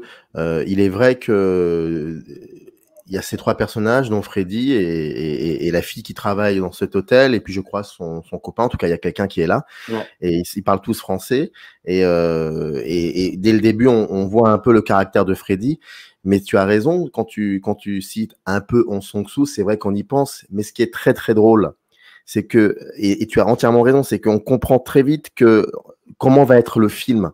C'est-à-dire que d'un seul coup, il se passe un truc, on s'y attend pas, et même la caméra n'est plus aussi pas statique, mais elle bouge beaucoup, et il y a des choses qui se passent, on ne sait pas du tout où ça va, et le film finalement, quand on suit ensuite le trajectoire de Freddy pendant tout le film, très souvent on se rappelle la première séquence qui nous dit mais oui, mais vous le saviez déjà que ça serait comme ça.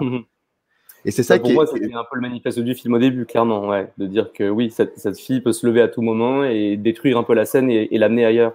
Et en fait, la référence à Hong Sang-soo, pour moi, c'était presque une espèce de blague au début. Ça veut dire que, tu vois, tu commences le film, un cinéaste français, cambodgien, qui fait un film en Corée qui n'est pas son pays, et la deuxième qui est en fait le troisième plan du film, à part les deux premiers plans qui sont des super gros plans, c'est un plan typiquement Hong Sang-sooien où j'ai refait une composition de nombreux de ces films avec 3 personnes à table et les bouteilles de soju.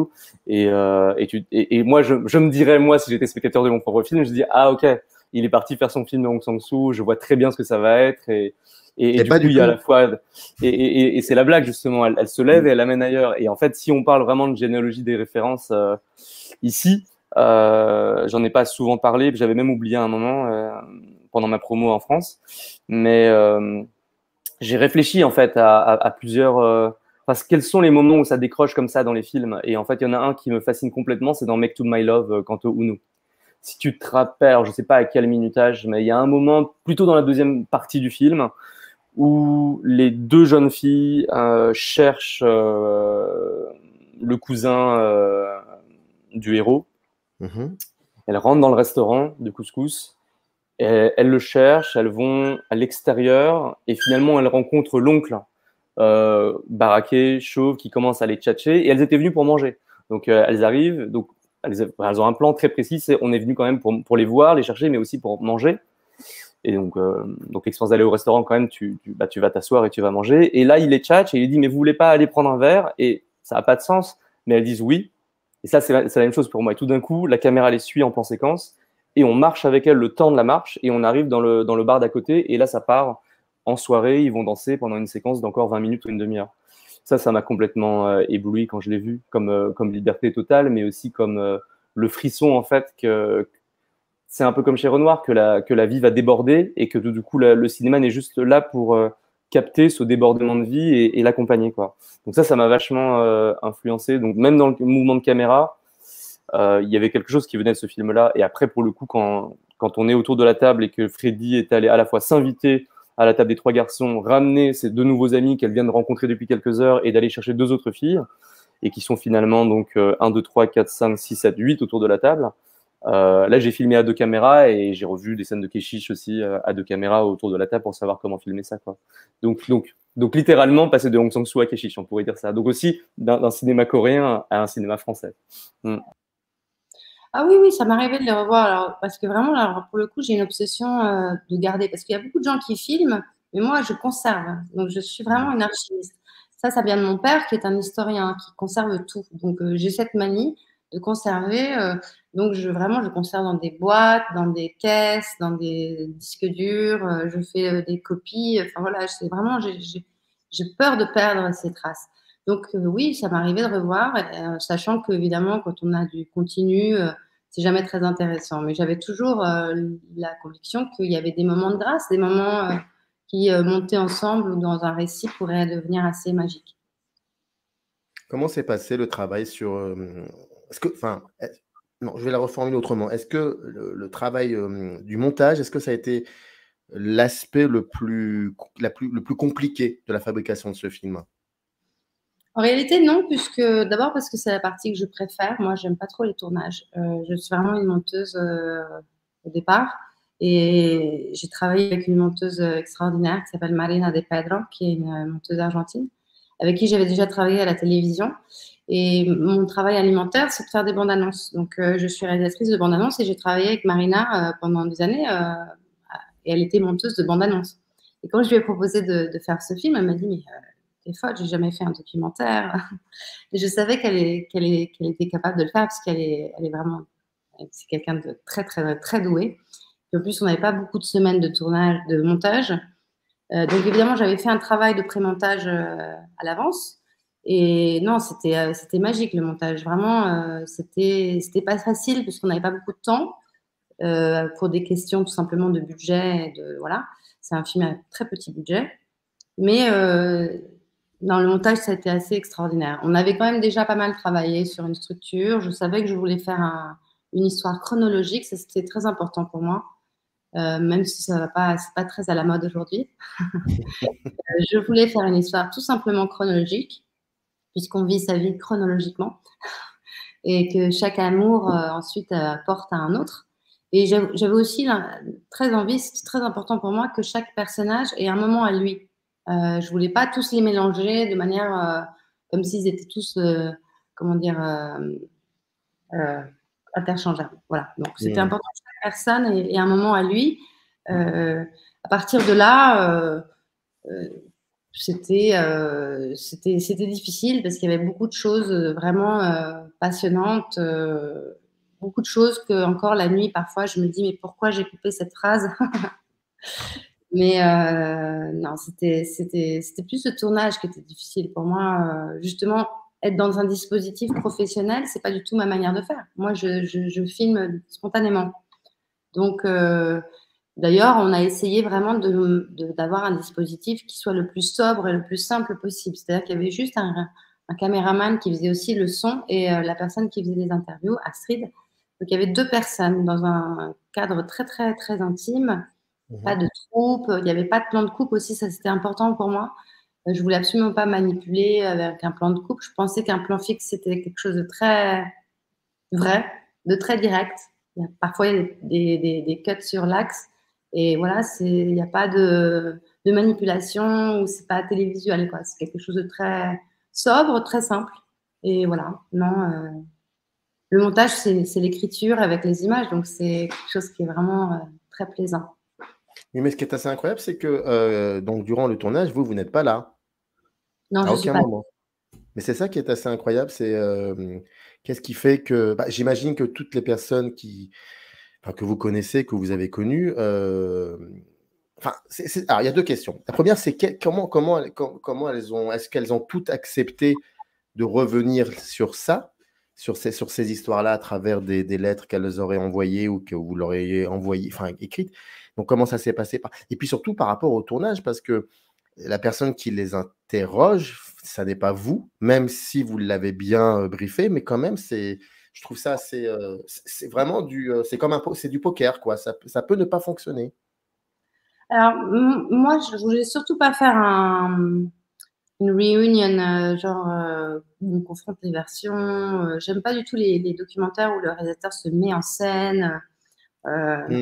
Donc ça, non, c'était pas possible pour moi et ça m'intéresse même pas. Donc moi, ce qui m'intéressait, c'était justement qu'il puisse raconter à la troisième personne comme dans un récit classique. Vraiment très classique, comme un roman d'éducation.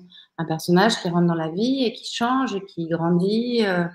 Voilà. Et c'était possible s'il racontait l'histoire à quelqu'un qui, a priori, ne la connaît pas. C'est-à-dire qu'ils sont obligés de remettre les lieux, les dates, de décrire un paysage, ce qu'ils ne feraient pas s'ils racontaient mon histoire à moi-même, puisqu'on a vécu ensemble.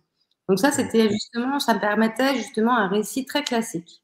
Et un dispositif, somme toute, vraiment très simple. Ensuite, je pense que pour eux, c'était plus simple aussi, parce que c'est toujours plus simple de parler de quelqu'un qui n'est pas présent. Ça fait qu'ils étaient plus libres, peut-être. Et par ailleurs, alors, je ne pense pas qu'ils étaient très étonnés par cette proposition, me connaissant, Ça, je pense pas que ça les a vraiment étonnés. Comme on dit en français, ça leur pendait au nez. Et donc, la plupart ont accepté tout de suite.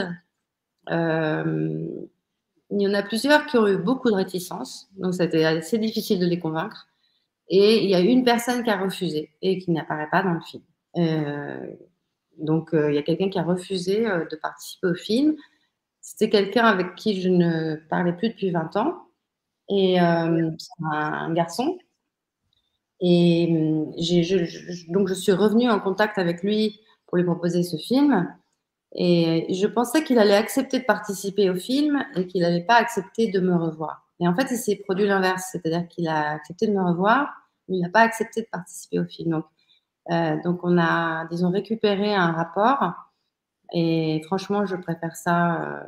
Si j'avais le choix entre récupérer cette relation et l'avoir dans mon film, je préfère clairement récupérer la relation. Donc finalement, c'est plutôt pas trop mal fait. Est-ce que ce film, c'est en quelque sorte une manière de... Ce serait des images manquantes à toutes les images que vous avez vous-même filmées, pour qu'elles aient un sens, il fallait les confronter au présent. C'est vrai que c'est touchant de voir. En réalité, c'est un film sur le temps qui passe, tout simplement. C'est un grand thème classique, c'est-à-dire que quand on a l'âge des premiers bilans, qui est mon âge, et qu'on se voit quand on avait 16 ans, 20 ans, 30 ans, ça nous fait quelque chose. Et on voit aussi ces gens-là, mes ex, aujourd'hui, et alors qu'ils étaient avec moi. Et c'est quelque chose d'assez bouleversant. Et je pense que eux, par contre, il y en a beaucoup qui n'ont pas revu ces images. Je pense que quand ils vont voir les images d'eux à l'époque, ça va leur faire certainement un certain effet. Excuse-moi, j'ai oublié, Samir. Non, c'était par rapport au fait que, est-ce qu'à un moment, toutes ces images que vous aviez, voilà, est-ce qu'elles finissent par avoir un sens véritable si on les confronte? C'est ça. Une sorte de contre-champ entre ce qu'ils racontent eux et mon point de vue, qui sont mes images d'archives. Et puis, il y a un contre-champ et un contrepoint aussi entre alors et aujourd'hui. Ce qu'on dit du passé, ce qu'on se souvient. Et évidemment, dès qu'on raconte une histoire, on rentre dans la fiction. In the canyon, that's where I long to be, with my 3 good companions, just my rifle, pony and me.